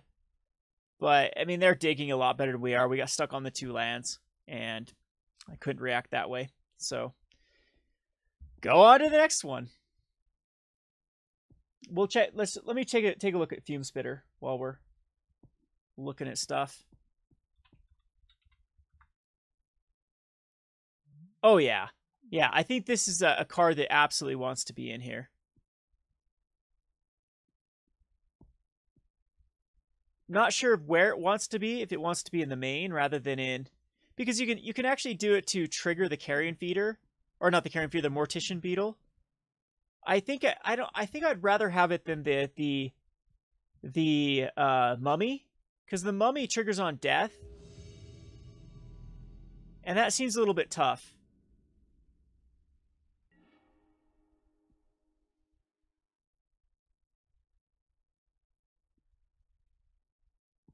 We have the 7 sacrifice effects in the deck, plus a few other ways to sacrifice. I guess it gets more value out of the ritual though. So maybe it is. Yeah, Infuse Spitter, exactly. I think both of them have merit. Fume Spitter has merit because it's something that can work really. Is there a good Revolt card too? That the one that I think about the Revolt is there's a good rare and an uncommon. So I don't think there was one at common. There's another really good uncommon that gives -3/-3 for 3 mana. But I don't think there's any good common Revolt cards that we can utilize.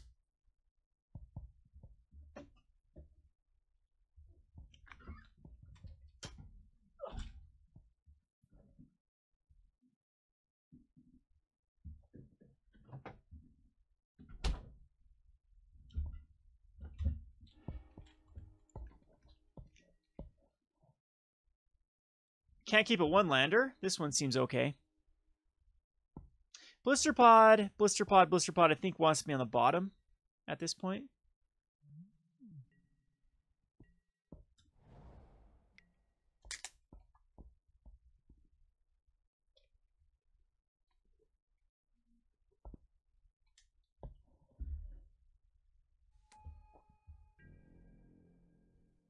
So we're going against the Tron. So this is where our Gleeful... No, is this a...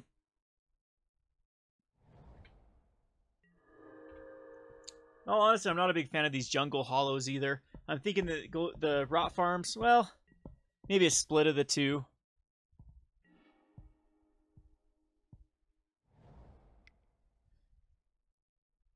So we'll go Mortician Beetle. This is the old school. No, they probably use this just to get back to the wall. So I don't have any Choking Sands in the sideboard either, so Tron's going to be incredibly potent.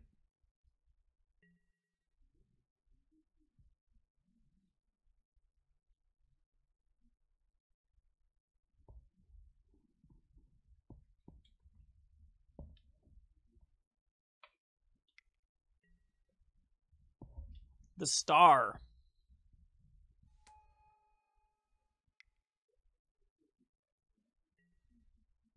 And the Sphere. So we're playing Modern.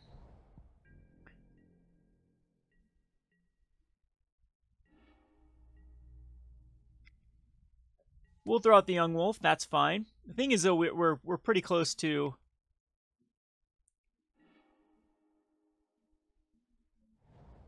lethal. In a few, like, yeah, this deck is definitely capable of dishing off some great damage.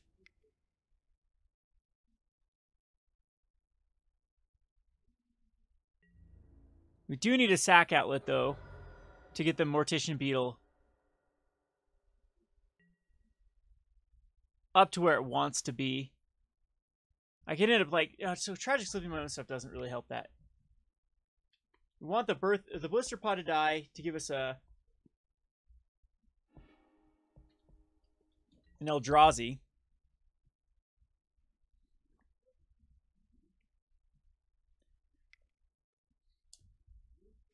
This deck actually seems a lot more solid than we've seen it play out though.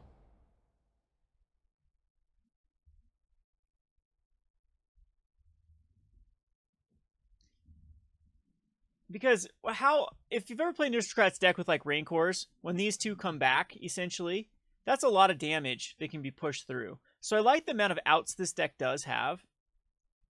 Yeah, I mean, this is annoying, but that's a fast rolling Thunder.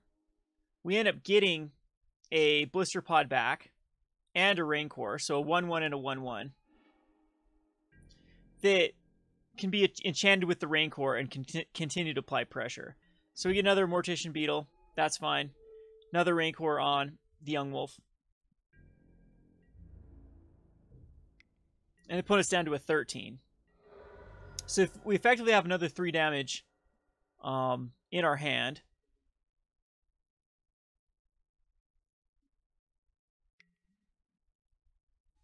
So my opponent's going to have Tron. But what can they do with the colorless mana at the moment? Already sacrificed a sphere and a star.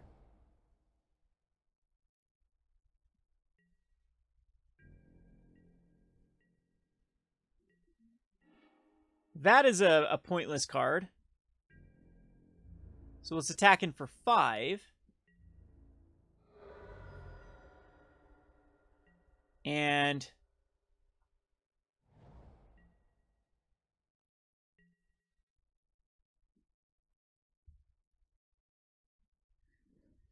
next turn we can actually attack in. Did I just... No, I didn't have it quite yet.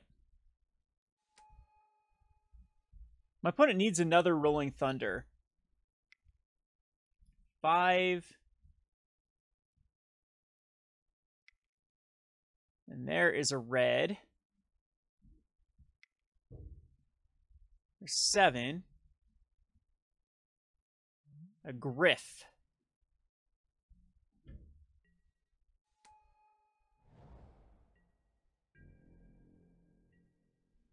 So, in a turn here, we're going to sack the Scion.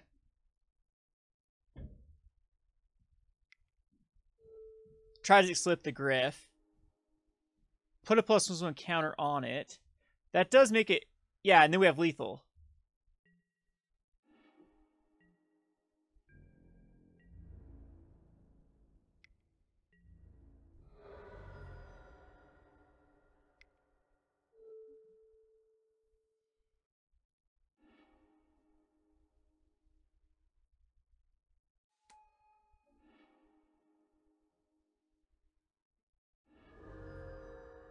Awesome. That's a pretty cool kill. So I think this is where the Gleeful Sabotage, we know there's some artifacts that are worthwhile to kill in this one, correct? Even some expedition maps. I'm not quite sure that like Tragic Slip needs to be in here because I don't think they run a lot of creatures. This isn't the Ulamog's Crusher version. They're trying to with Rolling Thunder. So Relic is also good because it stops their loop. And don't need Serene Heart or Rapid Vigor. Rapid Vigor's okay. I don't know if I care, though. I think I'd rather stick to just being as aggressive as possible. And this is where the Rancor... This is one of the matches where I'd love Rancor. And so I don't think I need another Bloodthorn Vampire. Is that the slower of the cards? Or maybe just take out one of the Gleeful Sabotages. 2's probably fine. Yeah, I mean, when I looked at this deck list looks solid. Whoever built this spent some nice time refining. It looks very refined. It doesn't look like it's someone just chucked together an idea. All of the cards have a very specific purpose, and the quantities were very, very good. The Tamarisk Expanse, of course, is the only thing that I saw that was like that. That doesn't seem like it seems very pointless in here. I think that any land would be a better choice because you're not really carrying to thin. I mean, thinning is statistically not relevant in a deck like this. So we're going to start off with the Mortician Beetle.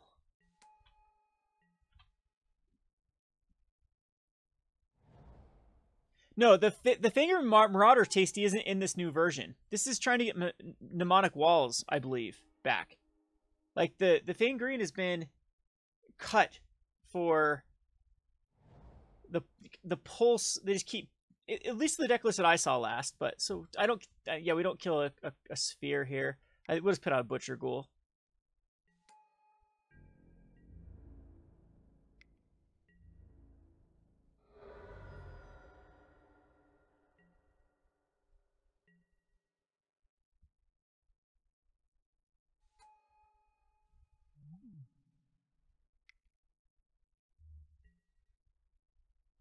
Well, we'll see what this is. This could be the Fang Green Marauder.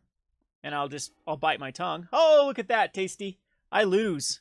Though every deck that I saw that was running Tron wasn't even running it anymore. And when I was talking to Kyle last night, that it'd been basically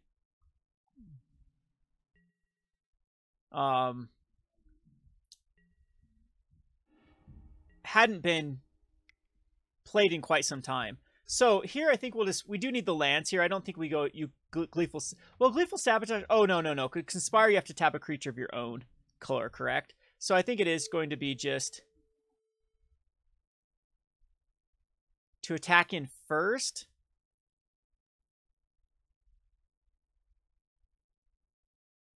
Is that the correct play to do? Because we will get in. If I go like this, my opponent will just block. So if my opponent will block this way though. If I okay, so I have to go the Scar Scale Ritual.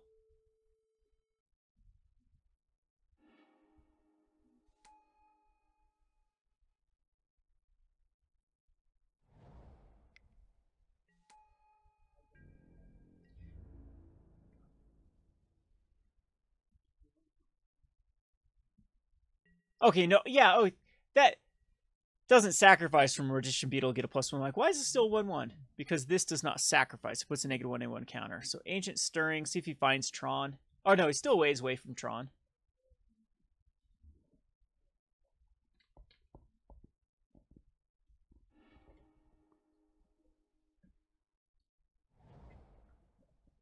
Does find a power plant.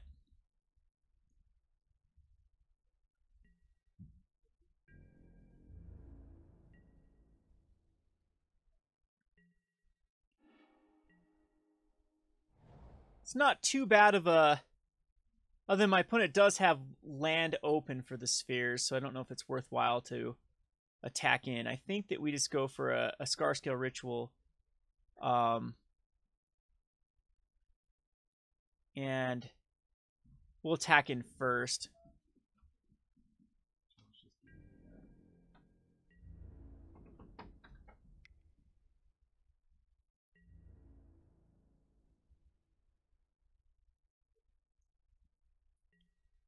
Take the 3. Go ahead and Scar Scale on the Butcher Ghoul. That's kind of a cool combo. Takes off the Undying. We had to draw 2 more cards. And this gives us the carry. I don't think we need anything that kills an art. I don't know if we need to kill this. 3, 4, 5. No, it doesn't matter with the Fangry Marauder. So it's definitely going to be just cast the Carrion Feeder and the Relic. And we can start chewing away at our opponent's graveyard.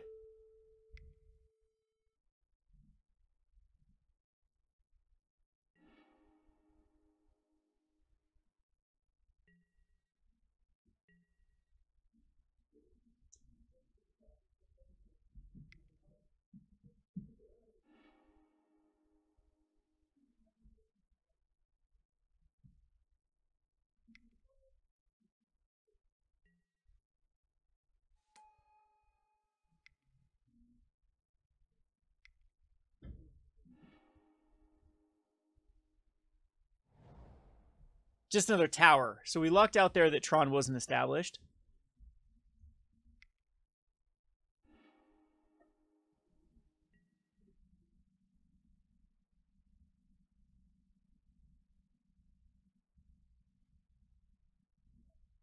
But what is my opponent doing with two red? A crop rotation. Okay, so Tron is now established with the crop rotation killing the Tree of Tails.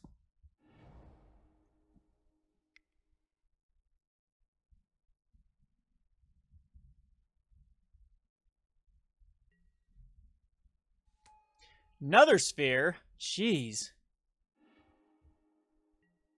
And just going the Marauder. Okay, so there's worse things that could have happened there. So Gleeful Sabotage, I don't know if it actually wants to be in this. This is going to... Whenever an artifact is put in your graveyard... Well, the Fangry Marauder just killed all the artifacts to get there, so that's good news.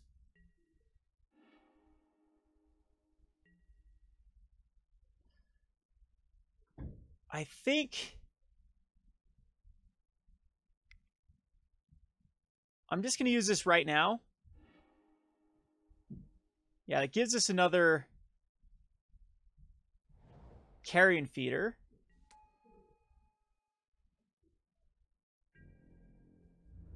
So I can attack in with the Carrion Feeder. I can attack in with the Young Wolf and the Butcher Ghoul as well. I can actually attack in with the Mortician Beetle. I think we'd attack in with everything here.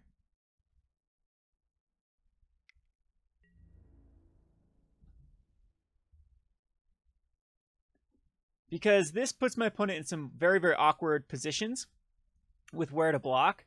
Needs to block both the Carrion Feeder and the Mortician Beetle. Okay, so I can kill his Marauder now.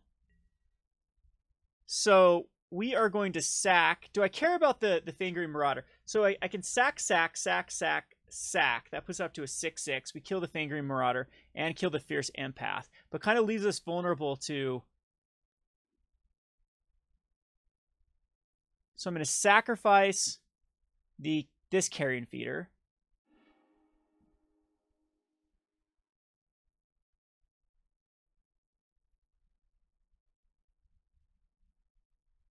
Sacrifice the Young Wolf. It brings back a Young Wolf. Goes up to a 3/3. Sacrifice the Butcher Ghoul.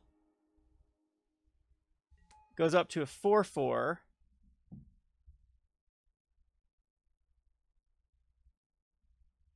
We'll go ahead and kill the Butcher Ghoul again. And now it's up to a 5/5. And we'll sacrifice the Young Wolf. Bring it up to a 6/6 and a 6/6.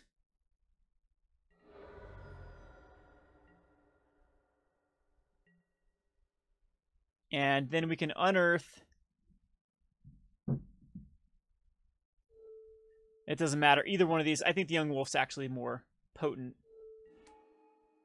than... I can't do 16 damage here with Rite of Consumption, unfortunately. So now we have to wait to see if my opponent has something to deal with 2 6/6s. Doesn't have the other red source. They've gone through a ton of stars, spheres, stars. Tons of mana, though, to my opponent's credit.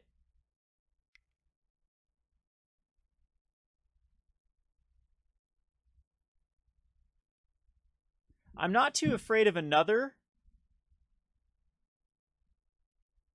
Marauder.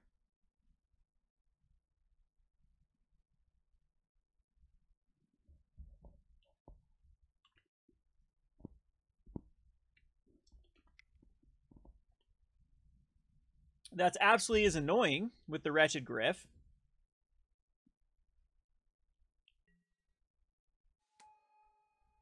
But that is a huge mana dump that happened that turn.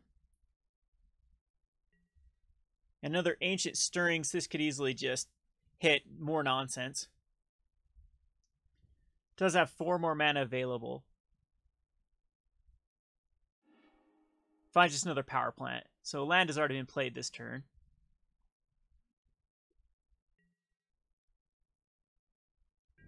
So I'm pretty sure we have this one.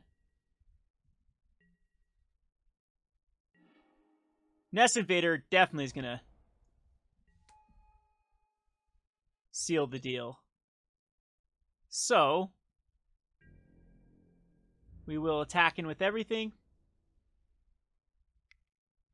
Doesn't matter how my opponent blocks here. So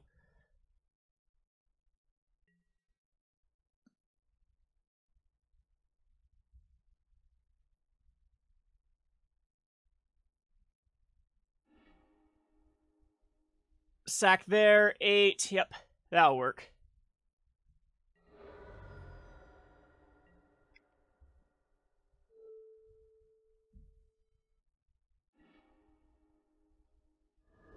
The Black Fling. Hey, pretty good. That's not bad at all.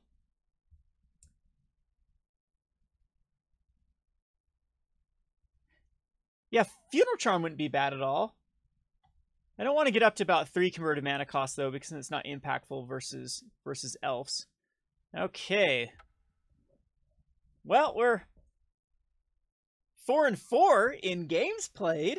I mean, a lot of those 1-2s were actually close. Well, I guess that the game 2 and 3 with elves was pretty much not close. The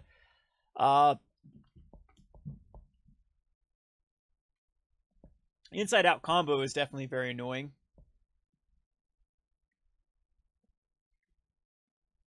Is there like a harsh scrutiny? Is that did they ever print the is ostracize a common? Ostracize has got to be a common.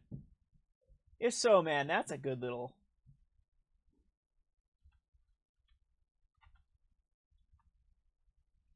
Astra.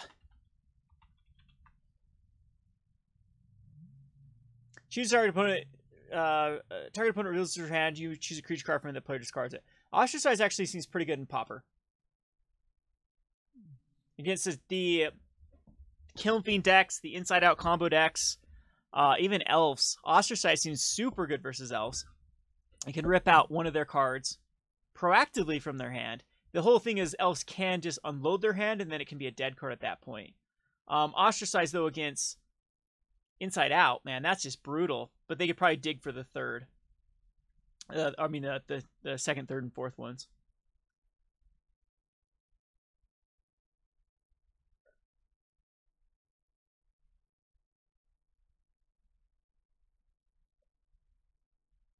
But again, it's going to be the big thing is going to be trying to figure out where Fume Spitter. I think Fume Spitter probably just wants to be in the sideboard, and then a number of these cards could probably go down. How bad does Burn beat up this deck?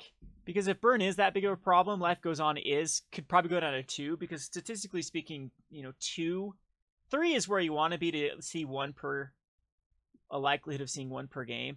2, though, you can get away with a lot of times, especially since this does have some dig with the Scar Scale Ritual.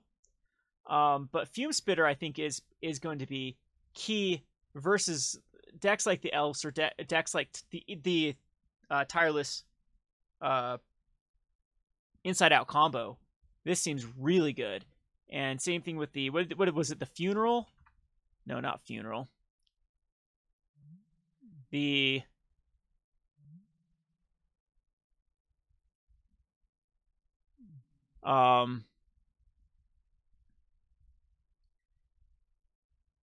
what was the Festering Mummy? That one also seems pretty good because this has synergy with the Bloodthrone Vampire or the Carrion Feeder.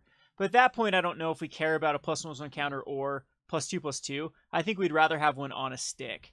So the Fume Spitter definitely is the right route to go for that card. So I still like the 2 Rancors. I think one's a little bit... I think two is exactly where this deck wants to be. So I think it'd be a Shoat that would go to the side, or either out, or these would go to the sideboard, and maybe a Butcher Ghoul going down 2, because you still have the 4 Young Wolves, and then the 2 Fume Spitters in the main. And I think, though, that this deck probably even wants more. This card just seems super solid right now in the meta. And it doesn't kill like Kiln Fiends, doesn't kill the Nivix Cyclops, but the combo, the Inside Out combo, that definitely is the Silver Bullet versus it, as well as versus Elves. It can get rid of a Birchlore Ranger. It can get rid of the Well-Wisher. It could also get rid of the... It can nerf down the Timberwatch Ranger to then be shriveled. So all of that does seem relevant in that matchup. I mean, in all honesty, though, if you're wondering how to get better at deck building, this is exactly it. It's just trial by error, fine tuning. Oh, what card could I have drawn into if I would have had it in my deck?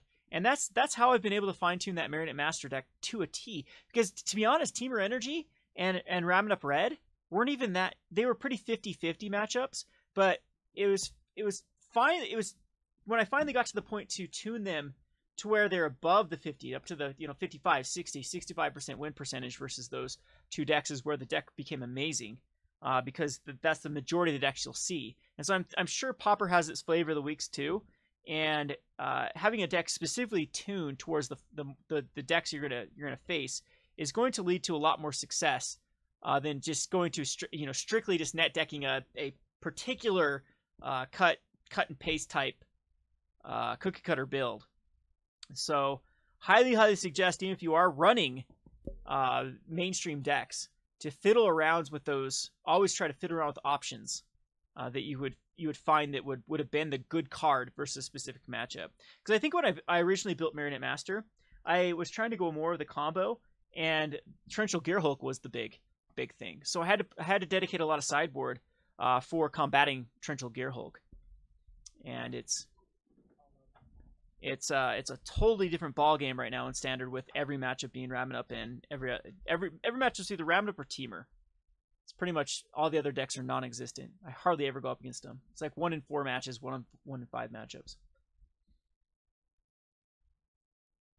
Jeez, can't get a Pauper game. 6-minute queue time.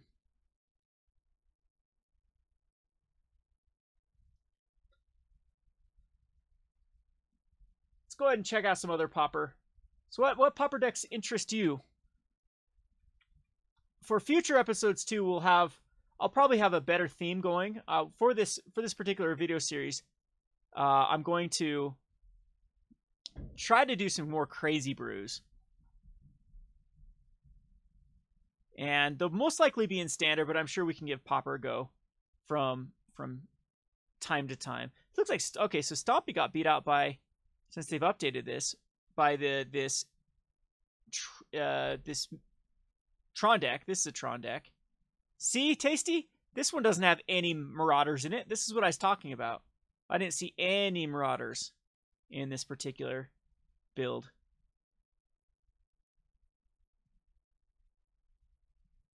And there's Stompy. They both use the Ranger and the Sentinel. All right, we got a match.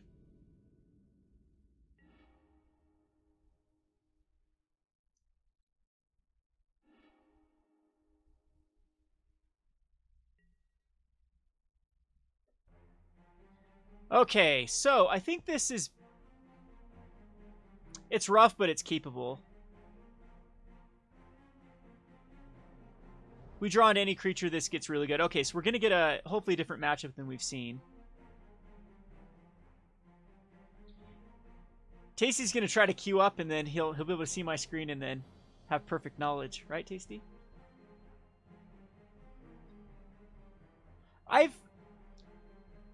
Gogin, if that's how you say the name. I've played Reality Acid a long time ago in Pauper. It was a pretty fun little build where if you flicker it with the...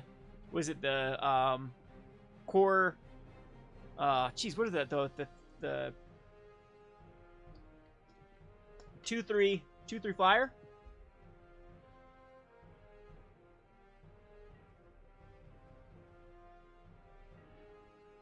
All right, that was an awesome draw. I think we still lead off with Mortician Beetle, or do we?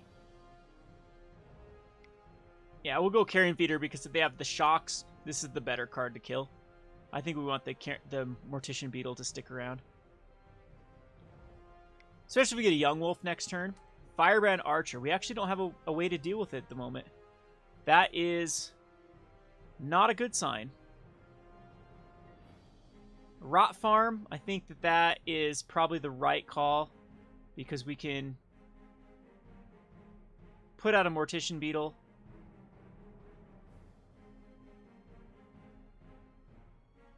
And Rot Farm. Back a Swamp. And then swing in with the Carrion Feeder.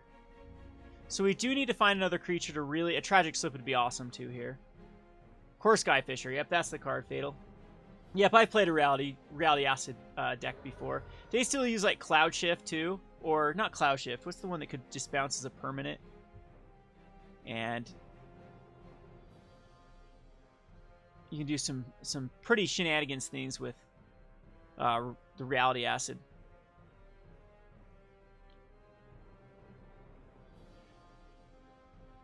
So my opponent does not get a Scry here. That's always nice. Does get the 1 damage off the Firebrand Archer though.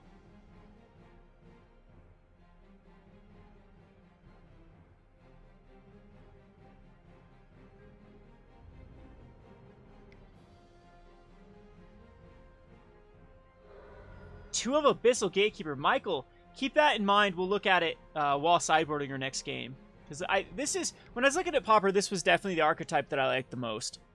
Was this kind of Aristocrats build. Okay, so we need to find a way to deal with this Archer. And we found it. So I think that we still want the... I'd like to draw a card, so dumbing down this Carrion Feeder I think is fine. After we do damage. So we're going to go ahead and attack in with the Carrion Feeder.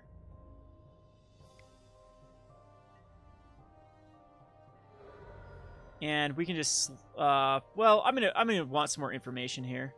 So now we'll just do the Scar Scale Ritual. And draw 2 cards. And yeah, I still think I want to Tragic Slip this. And then next turn we have a pretty good play next turn with the Shoat with the Unearth that can get it back. Or if we want a Mortician Beetle out. Got the Alchemist and another Archer, but they're going to run out of cards to actually get them. I mean, we've already, with 2 cards left, these aren't as big of a problem.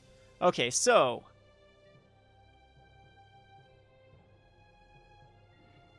we're going to go ahead and chuck out the Mortician Beetle.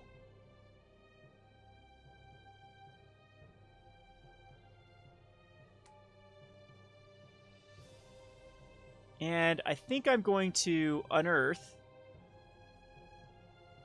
another Mortician Beetle. Play a Forest. And play the Shoat. And then attacking with the Carrion Feeder.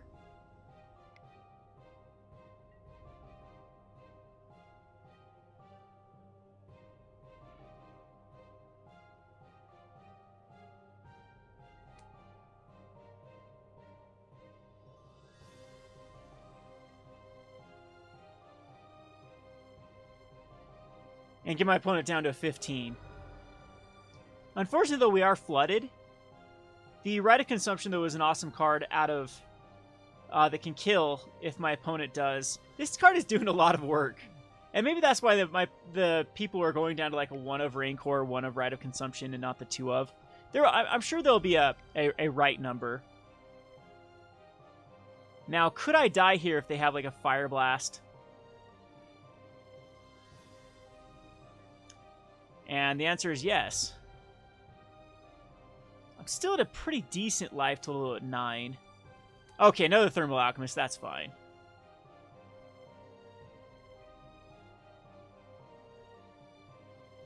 You cannot modify decks, no, Nick. Once you queue up a deck, that's done.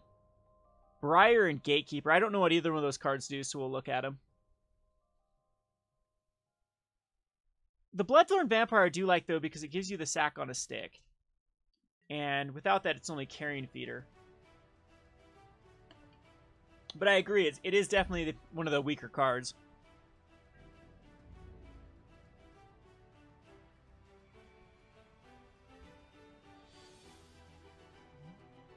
And is that why, like, the Scarscale Ritual is just probably better than running, what, Altar? Because even though it doesn't sacrifice it, the -1 counter can kind of interact with not killing these when they have counters on them, when they're bigger. Okay, so we have a big turn this turn. Depending on how my opponent blocks, we could actually go lethal. Don't need to worry about running out the basic here. We can just gain the 1 life. And throw out the Bloodthorn Vampire. And then we can swing in with everything. And I believe this is going to be game.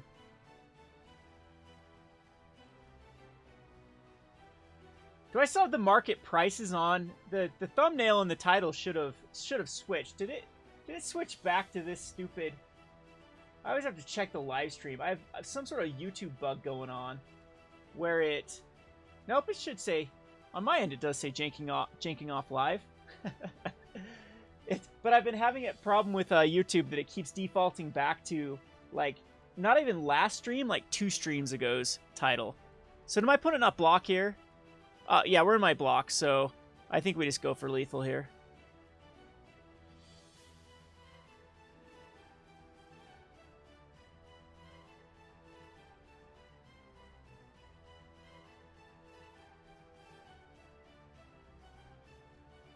And I think that does it. I don't think I need to kill any. So 3, 6, 9. Killing this boar actually nets up more. But does this allow for...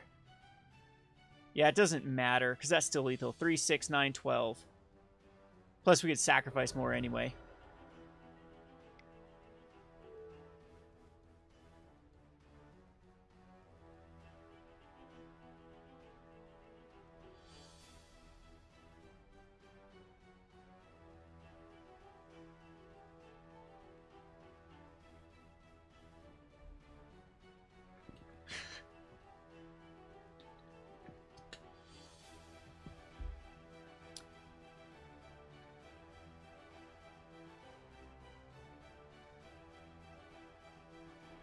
And there you go. That's the power of the aristocrat type decks.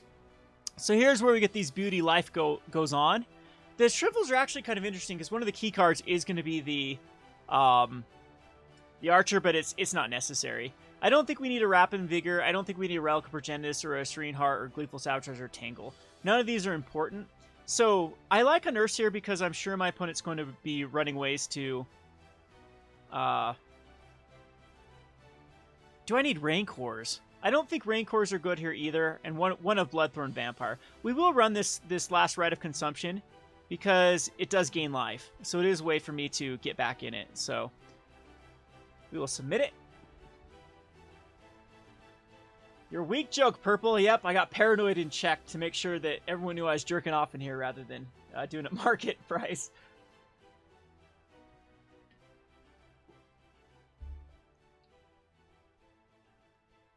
Three drop definitely would be weird for a deck that has such a low land count. I think the original deck builder of this deck was running a too high of a land count. The Termorphic Expanses were awful. Very bad choices. This format can really benefit from a brewer. For sure. Because there'll be better, more efficient drops for sure. I think that in this case... I don't think the Beetle's the right choice. I think we're just going to... Because we want to have a 2-drop. So I think the best case scenario is just going to be the Jungle Hollow. Gain that life. They started running the deserts in these decks yet? To do that extra point of damage? They all sticking with mountains still. Curse of the Pierced Heart. I don't think it's going to be... It might not be fast enough for them. So I think that we'll run out the Nest Invader. Puts out a... Oh, this puts out the old 0-1 Scions. Okay. So we'll go ahead and throw out the Invader. Yeah, because I still don't have a sack outlet. Or do we want the Shoat just so I can get... Nah, the Beetle... It's going to be the Beetle and no Cycle. Nope, just the Nest Invader.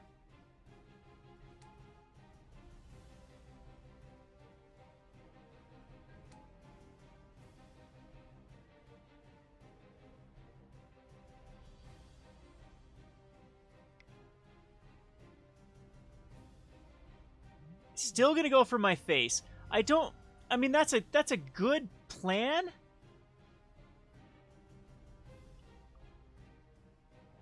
Especially with the jump. So we definitely need the Mortician Beetle out here. As quickly as possible. Unearth will be good too. So for this turn, I think the best case scenario is just chuck this forest out. Go for a Beetle.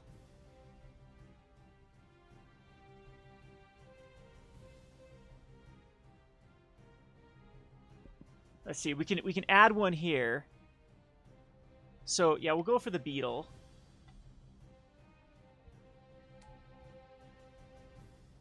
Does this do anything if I sacrifice and add the... No, it doesn't. We can cycle off the Ash Barrens, though, which might be relevant.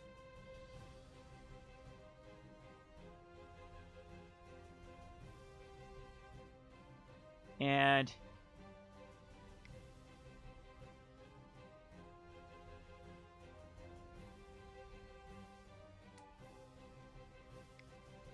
Yeah, I think that's better. So we'll want another black source.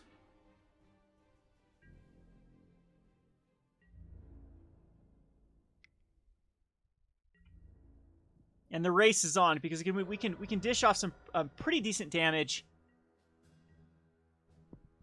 next turn or next turn because we have 5 coming in next turn and a Shoat dead that then will put back a 3/3.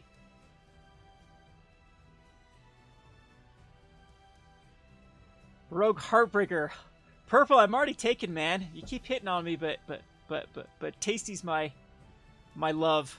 I can only have one YouTube crush. You cheating on me? Oh, and then we got Zach running in here. Where's your Florax, Zach? Isn't there something to clean? Oh, sorry. That does hurt, taking the Mortician Beetle. See, Purple, I'm not the clean freak. It's definitely Zach. But it's good because we do have a pretty clean store compared to other game stores. Had one person come in and say you had we had the cleanest bathroom in town, which I guess is a compliment. But knowing where I live is probably not that big of a compliment in the middle of nowhere, Utah. So okay, so I think I'd rather I want to kind of Hail Mary for some gain life. So I'm gonna get in here for some damage first with the Invader and the pig.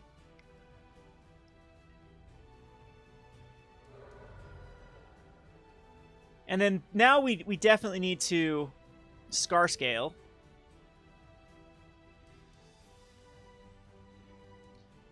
And hopefully this finds us the gain 8 life card. It does not. It finds us a bunch of garbage. So here, though, I still think I would like to unearth back a Mortician Beetle. But does that matter at this point? I don't think we can sack enough stuff for the victory. I think that I have to just go something like a Bloodthorn Vampire this time. No, we'll have enough next time. It is going to be unearthed. So we're going to unearth the Beetle.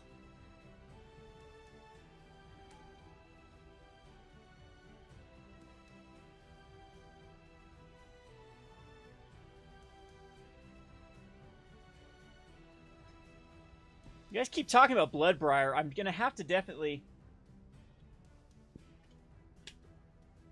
check it out and see what it does. It just doesn't ring a bell.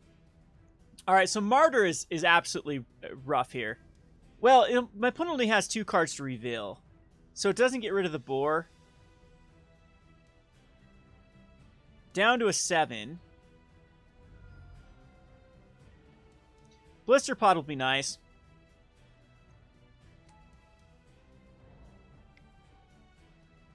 And I'm sure my opponent has to react to this, I believe. Has to kill the Martyr right now.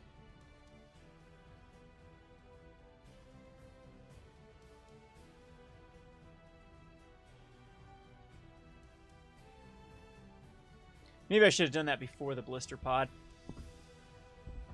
Yeah, definitely should have done it the other way around. Just reveals it for 1, though. And it didn't reveal anything. So I'm going to call a judge here because it didn't give us a reveal card. It put it on mine. Oh, it reveals it there. There's a needle drop.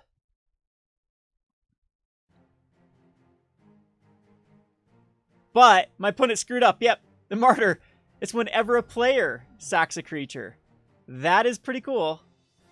So needle drop, though, does cost just the 1. So my opponent does have to hit the beetle. Don't know if that's going to how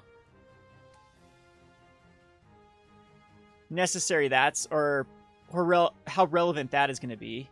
We do get attack in with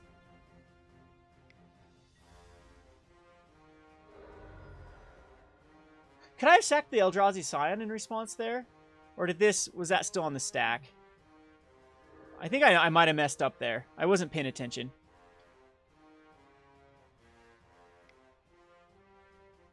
There's an Archer. Not sure how my opponent might have revealed more if they would have had more. So down to a 6. And has to block the Bloodthorn Vampire. There's a Tragic Slip. That's actually really good.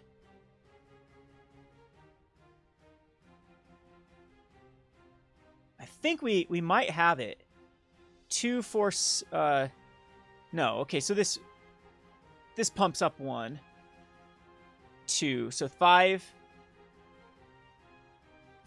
6, 7, 8, 9, 10. Yep, that's 10. So my opponent has to, in response, try to hit the Bloodthorn Vampire, and however my opponent does it, they lose. So I actually think that Burn is a pretty decent matchup for this. This is definitely the deck that it's going to do very well against is Burn, especially post side.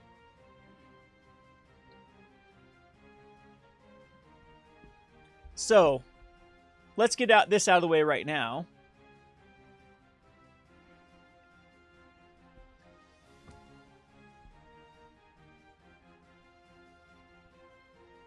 Yep, okay. My opponent sees the path to lethal. Well, we could actually end up going 3 and 2 with this. Not too terrible. These Qs take forever, though, on Pauper. Oh, and we're going to look at the Bloodbriar that everyone keeps talking about, which is a 3-drop whenever you sacrifice another permanent, put a +1/+1 counter on it. Another permanent. Okay, so this is where Evolving Wilds would want to be in the deck, or Terramorphic Expanse. So if you are going to go the Bloodbriar route, I think that's where you'd be. There might be a few other, like, it works off Relic as well. No, this exiles it, doesn't sacrifice it. Well, that sucks. But I'm not sold on this card needs to be in here. Like, the cool thing about the Mortician Beetle is everything in this deck has synergy with the Unearth, which is nice. And the Mortician Beetle is a 1-drop. And even though this comes out as a 2/3, a little bit not as susceptible like the Shrivel type effects or the 1 damage effects, 3 is pretty rough. You'd need to go up to a 20, 21 land count, and then the Evolving Wilds and the Terramorphic Expanses would absolutely be what does Haunted Fengriff do?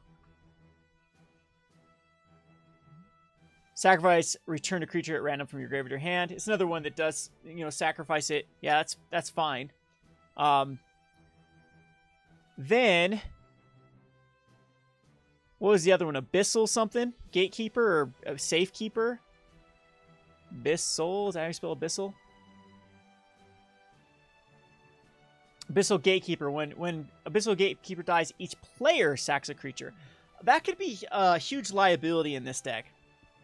I understand it. I understand what you're trying to... Because you get... Oftentimes with this, you'll get the added benefit of sacrificing a creature and putting a counter on one of your cards, so that's where the Bloodbriar is. And unfortunately, I think it's just too... The difference between 2 and 3 in this particular deck is huge. That's a massive leap for a deck that wants to have 18 lands in it. So... Seems good on paper, but as you play this out, when you have to interact with a bunch of these other decks, like look at the last deck that we played, the Thermal Alchemist coming out on turn 2, or the Firebrand Archer, you need to be trying to do something bigger than what they're doing right there. But there's another deck, the Archer, the Fume Spitter just looks great. This card just looks amazing in Pauper. So I think right now how I would do it, I don't even think this Foul Tongue Shriek is that necessary at all. There will be maybe sometimes it gets in for 4. I understand that it's a combat trick that can win some games, but I'd rather have the Rancor there, or just have this in the sideboard in matchups where it's actually relevant, because I don't see the Foul Tongue being that relevant. I think that's one of them that I would cut, and then probably cut something like the Boar here, or the Boar is just weaker than the Nest Invader, in my opinion.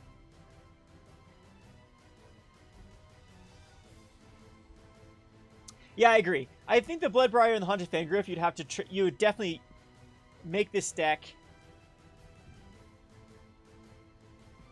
run a lot different.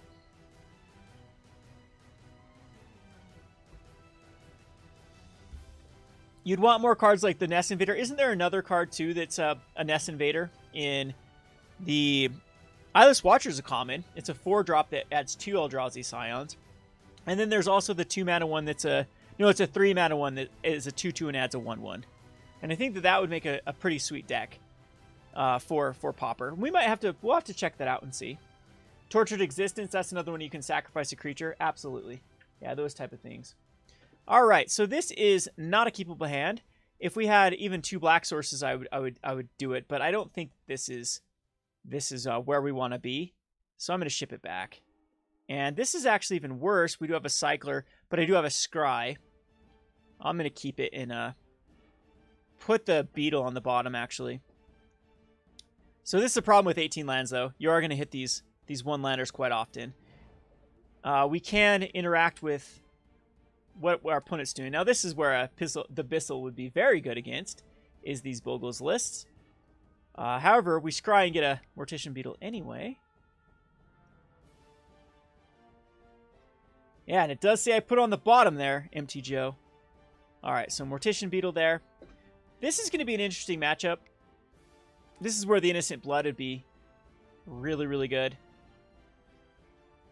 Yeah, and I think that you always make this... we're gonna make this block. We have an Unearth to get it back. But I miss this land. I think we might be in a world of hurt. So Shrivel. Okay, so that's a little bit better. I think the best thing we can do, though, is just... I'm actually going to cycle this Unearth. So I can do that whenever. Rather than go for a Mortician Beetle. Can't block the Ledgewalker anyway. There's the Abundant Growth.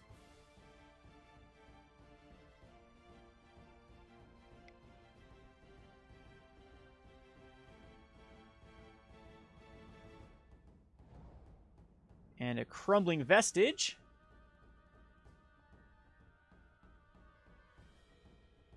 For another Ledgewalker. So we'll just cycle this on Earth, and we get a Jungle Hall. So now we're...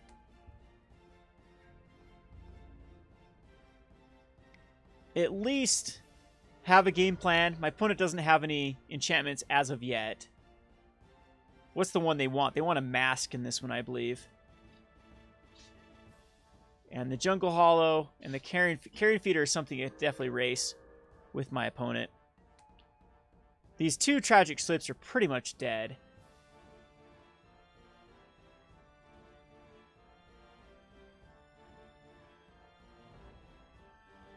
I'm glad there's another land, so it seems like my opponent's pretty flooded. If this is a Mask, though, it's only going to get plus 2. Okay, so it's an Aranara lid, so no Auras yet.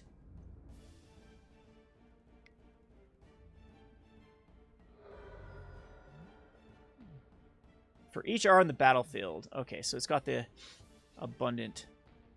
This does also allow me... I could sacrifice the Carrion Feeder just to kill it right now. But no, we can definitely wait.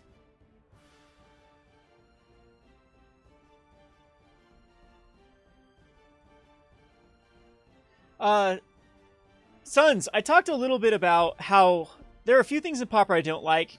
When I was playing against Elves, that's pretty frustrating that there's not any real sweepers that I would say are good enough for a deck like Elves. I would like some sort of hard Wrath, even if it was like 6 mana. I don't know. It just lead... You get kind of pigeonholed into what you can do in Pauper, but so far these games have been quite interesting. I've liked them, for sure. So I think that we'll go the Brindle...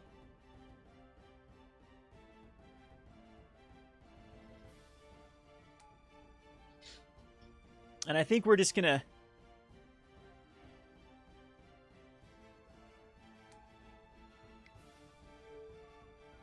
get the show on the road with the race.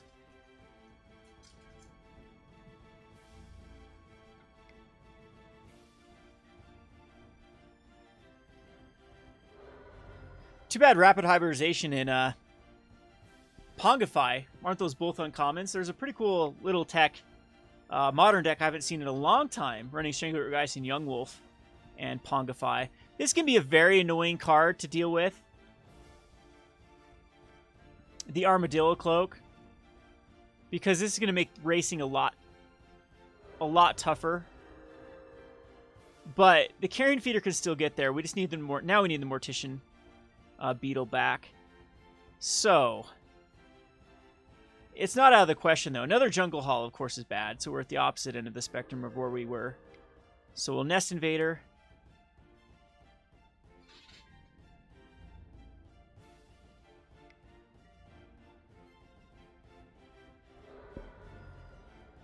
Probably should have sacked the spawn there to get one more counter.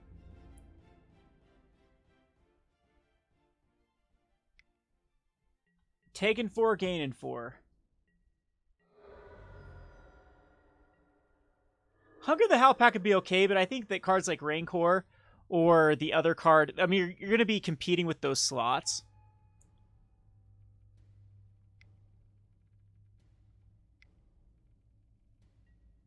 Oh, joy. Another Armadillo Cloak. I don't know if this is going to be something we can come back from.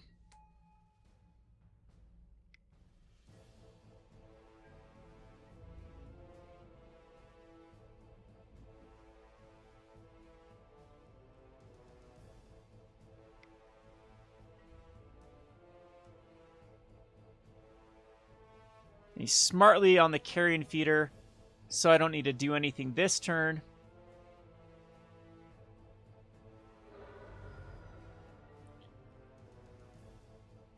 Nothing in the main that we can do. The Conspire card is going to be very good against this deck.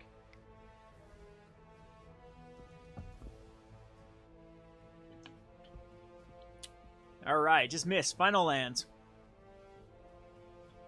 Nope, found a Gnarlid and a Abundant Growth. So, those aren't too much of a problem. Just went with an Abundant Growth. Is that what? Yep. To try to draw another, like, Ethereal Armor, I would assume.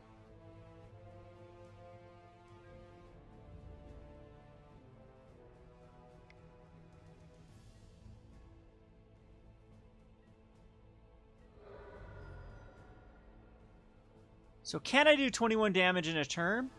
I don't believe I can, but we are going to do the best we can here.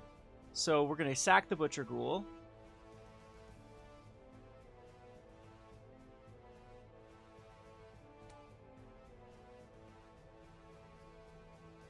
Sack the Blister Pod.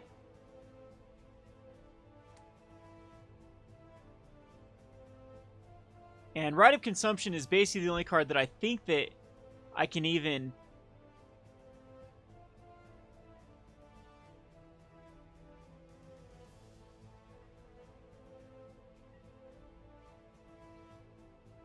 draw. And I would do 4, 5, 6. Oh, geez. My opponent had the Scout anyway. So now I don't think there's anything. I mean, it can still be a pretty decent. Yeah, the Shoat won't do it. All right. So we'll go on to the sideboard. This is where the Gleeful Sabotages are just really good, and same with these Shrivels. So I'll bring in the Shrivels and the Gleeful Sabotages. Tragic Slips are kind of weird because they do hit the Gnarlids, but they don't hit enough. The Foul Tongue Shriek is not something I want. Rancor, I don't know if this ends up being like a big racing type deck. So I think Tangle is also good here because it can tap down something for an entire turn. I don't know if they want it, if 2 wants to be in, if just 1, if we draw it, we draw it, or if we can cut down something like a Butcher Ghoul. I don't want to go too low on creatures. I'm going to just leave in the 1 Tangle.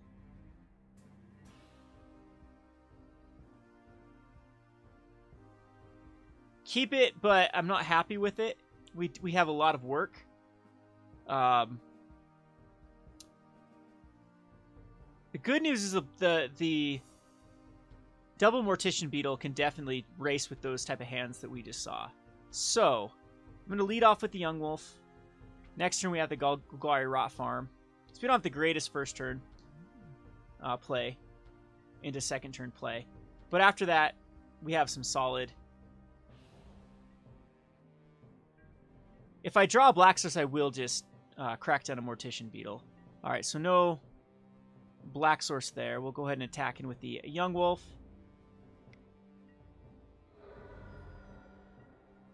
And yeah, there's no reason to tap, so.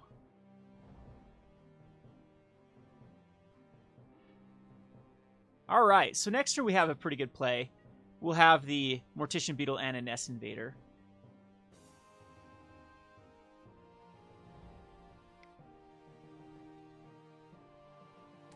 There is the Ledgewalker. And that's also a pretty decent hand. Would I rather have... No, it's just going to be the... Just Mortician Beetle here, I think, is the right play.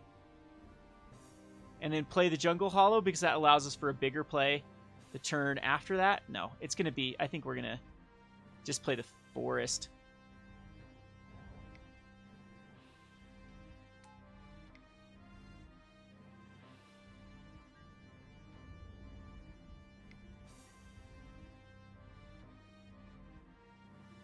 My opponent did Mole like crazy, which is very typical of Bogul's decks.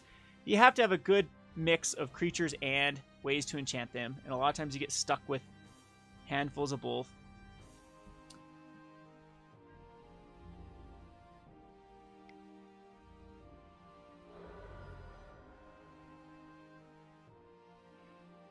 So here's definitely going to be the Jungle Hollow, because it allows us to put out the double dip next turn, because we just care about this Mortician Beetle. Yeah, there's nothing else we can actually use with the mana, so.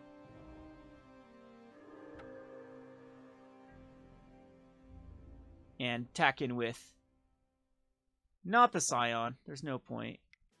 I will sacrifice it, I believe, though, to get in for that lovely extra point of damage, because we have plenty of lands. So my opponent's already down to a 13, and I believe we have lethal on board next turn, because we can sacrifice the Young Wolf twice, and that's 4/8. Oh no, okay, not. Yep, not quite. So finds the worst case. So Ethereal Armor's not that bad at the moment. That's pretty bad. Jeez. This deck can go crazy. Ethereal Armor and Ancestral Mask. And I can't block any of them. But do I have lethal next? I might have lethal next turn. We do have the Scarscale Ritual that can dig us out of stuff, so. We'll play that, because that allows... So we need to go Bloodthrone Vampire. And then this allows to sacrifice a Young Wolf. I don't think I'm going to quite get there, because I can get him up to 5/5, 6/6s.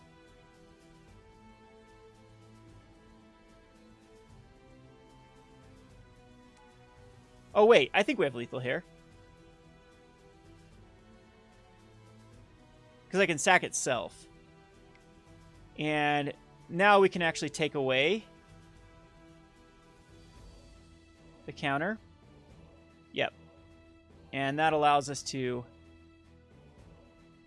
sacrifice the Young Wolf again.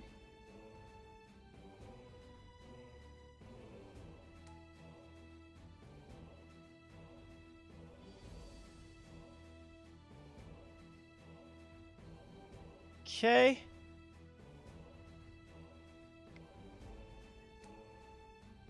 And whoops. Okay, no, these did the exact same. So now we can sacrifice the Blood Blister Pod.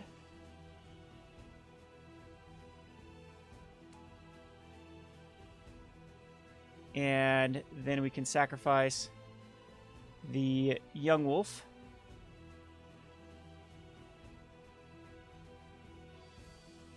And sacrifice the Scion.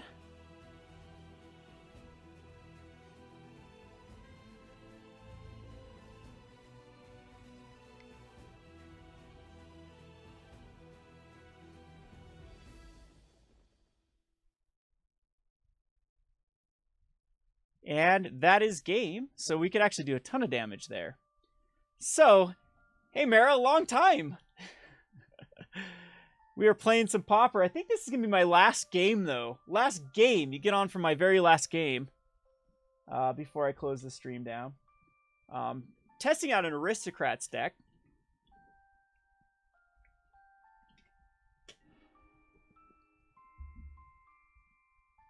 Pretty potent so far. I mean, I'm okay with a 3-2 finish in my first Pauper match. My opponent snap keep, though. That's always a bad sign. I'm going to snap keep just because the Scar Scale Ritual can dig us to those Conspire.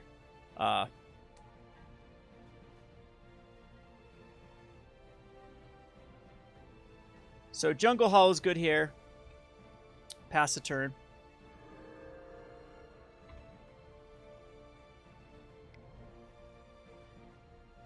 Utopia Sprawl. And let's hope it's just another creature at this point.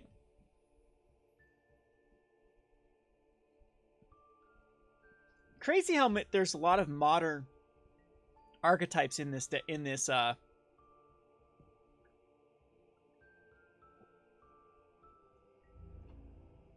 in Pauper. I mean, you got Tron, you have Bogles, and you have Elves. Those are very similar.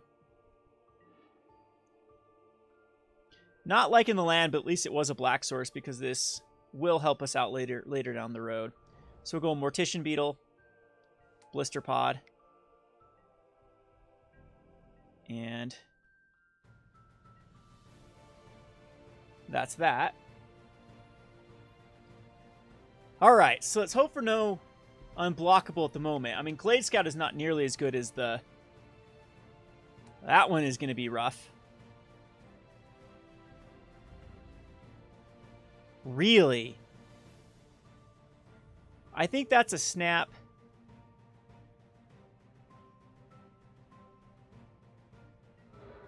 Block? Yeah, I do think that is a snap block here.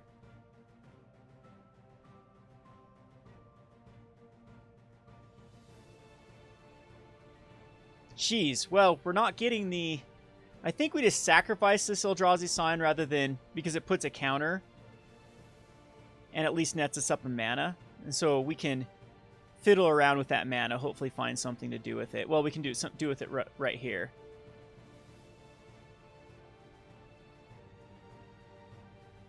And that's not bad.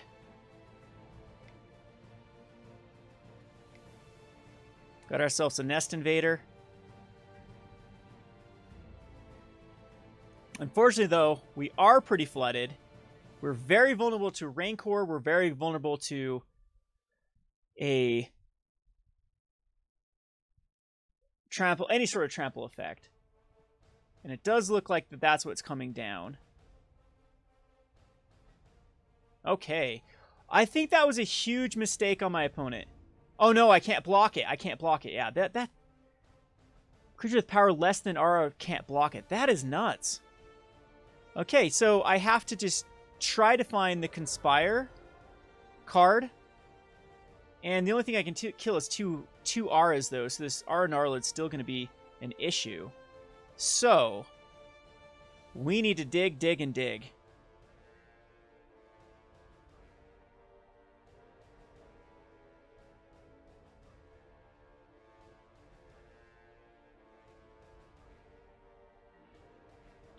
Another Mortician Beetle is not the right call here. I still think it's to sacrifice this spawn for the mana.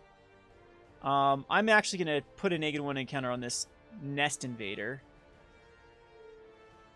Probably should have played the Mortician Beetle, actually, now that I'm thinking about it. Found it. So, that's good.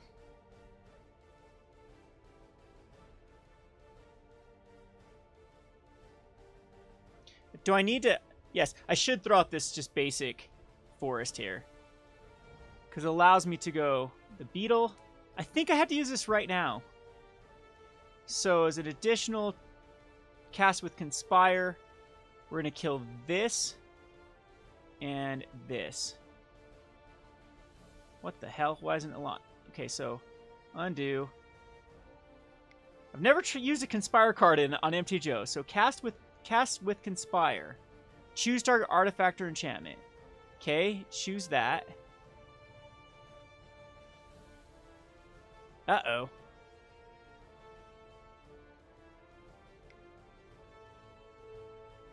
There.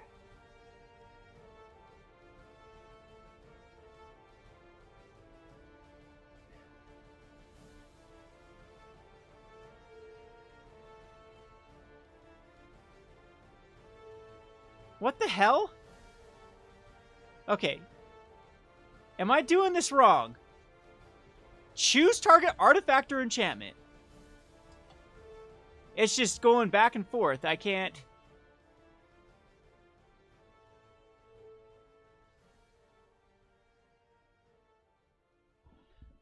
Do we have a bug here?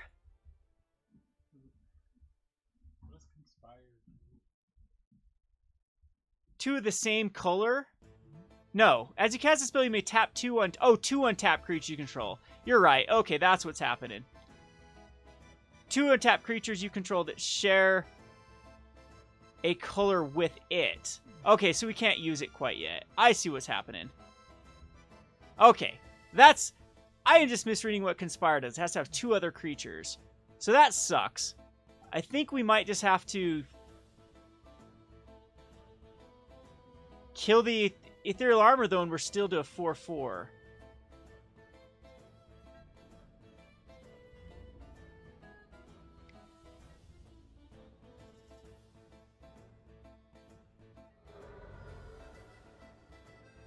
Opponent didn't block, so I still think I just have to kill the Ethereal Armor. I can't wait.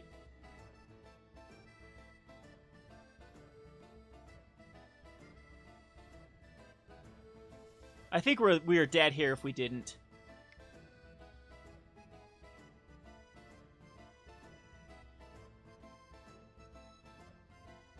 (9/9). I don't think there's any way we're out of this one now. We go down to a 2. Drew all 4 Scarscale rituals. That's ugly when that happens. So even a Bloodthrone Vampire can't get me out of this one now. I need a Tangle off the top. Jeez, can't draw the Tangle.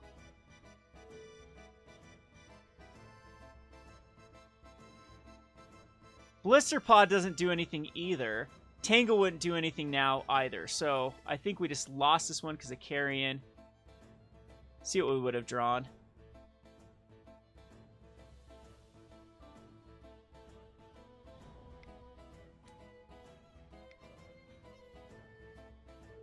Because this... Oh, Blister Pod doesn't count as a color either. That was just rough. We hit the hate card. I just couldn't find the 2 green cards. Not a lot of... Well, Young Wolf is. Young Wolf and I guess the Nest Invader. But, yep. That is going to be game. Whew. That deck can dish off some damage quick. Huh. Don't think I could have played that other... Yeah, because it was dead if I didn't take care of the Ethereal Armor. Taking Tragic Slips out still, I think, is the right play. Versus that. So how I'd make some changes with it is the Fume Spitters... I think I'd like 3 Fume Spitters. There are very few matchups I don't think that this card is useful against. Still like the 2 Rancors, still like the Unearths, but do Unearths need to be in the main? The Foul-Tongue Shriek, I think is just, a Rancor is just better. 9 times out of 10. And did I not bring in the Serene Heart? I don't think I brought in the Serene Heart in that matchup. Whoops. I had a hate card that is just insanely good versus that matchup, and I didn't even bring it in. Womp womp. But the other changes I think I'd make is either down a Shoat down to 2, and maybe down to, or a Butcher Ghoul, like one of each of these. Is the Butcher Ghoul just... I think the Butcher Ghoul has a lot of synergy with the Scarscale Ritual, though.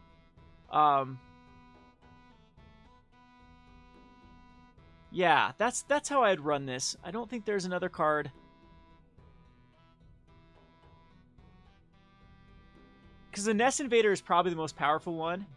Or we could just go a 3-3-3 split of each one. but Nest Invader creates 2 targets and something that can sacrifice itself. So I think that's just better than these 2. And the Fume Spitters, there's just too much in the metagame that I think that Fume Spitters just punishes, in my opinion. So that'd be the list I'd run at the moment. But anyway, I guess to close this down, if anyone has some other suggestions for like what we're gonna play next week, I'm gonna try to do this a weekly series. So you're gonna get the Rogues Alley. Don't know if it's gonna be taped or live streamed. It's gonna be on this channel. This one is most likely, janking off of the Rogue Deck Builder, is most likely going to go to another channel that is going to sponsor it because, let's be honest, I'm missing that Gathering Magic money. So if I do get picked up by another sponsor, that's always a nice way to support, you know, a lot of money gets pumped into the... MTGO is expensive, especially since I'm selling off again. Gonna end up buying a bunch of gear with the 1,500 tickets for this, but eventually if I ever do get back into Arena or MTGO, I'm sure that's gonna be a pretty penny. So that sponsorship's gonna help out quite a bit if I decide to go with it. And then you're also still gonna get the Rogue Refiner. And so I'll try to get a better schedule. Of course, it's gonna be hectic during the holiday weeks, but this is gonna be a daily thing. I'm gonna try to make sure that either you get the video or I'll just hop on live. And it's usually gonna be around this time. Might be a little bit early. As I don't know how much longer I can keep doing these late night streams. But anyway, this is pretty fun first experience with Pauper. I think it does have some merit. We'll try some other decks. Don't want to play Bogles. That's just... we didn't even see a Slippery Bogle either in there, did we? We saw the Glade. Are they running 4 Bogles in that list as well? That seems pretty creature heavy at that point.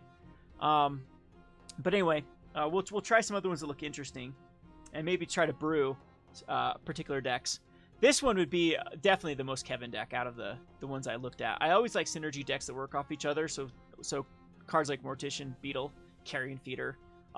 There was a lot of decisions to be made with this deck, which I don't think you can say the same for a lot of those more all-in decks. So anywho, give me some suggestions. We might play Pauper again sometimes next week. Maybe I'll queue it up if our FNM is... I think we're drafting some unstable tomorrow. If that falls through, I'll just hop on stream and have some fun with you guys again.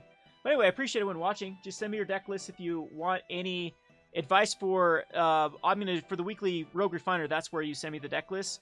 I'll try to have a list of them compiled, so when I stream, I can just pull them up and talk about the changes that I made. And we'll try to do that once a week to get everyone's deck-related questions out of the way. Anywho, everyone, thanks for joining. We kept around 50 people again with the stream, so pretty successful. Thanks for watching.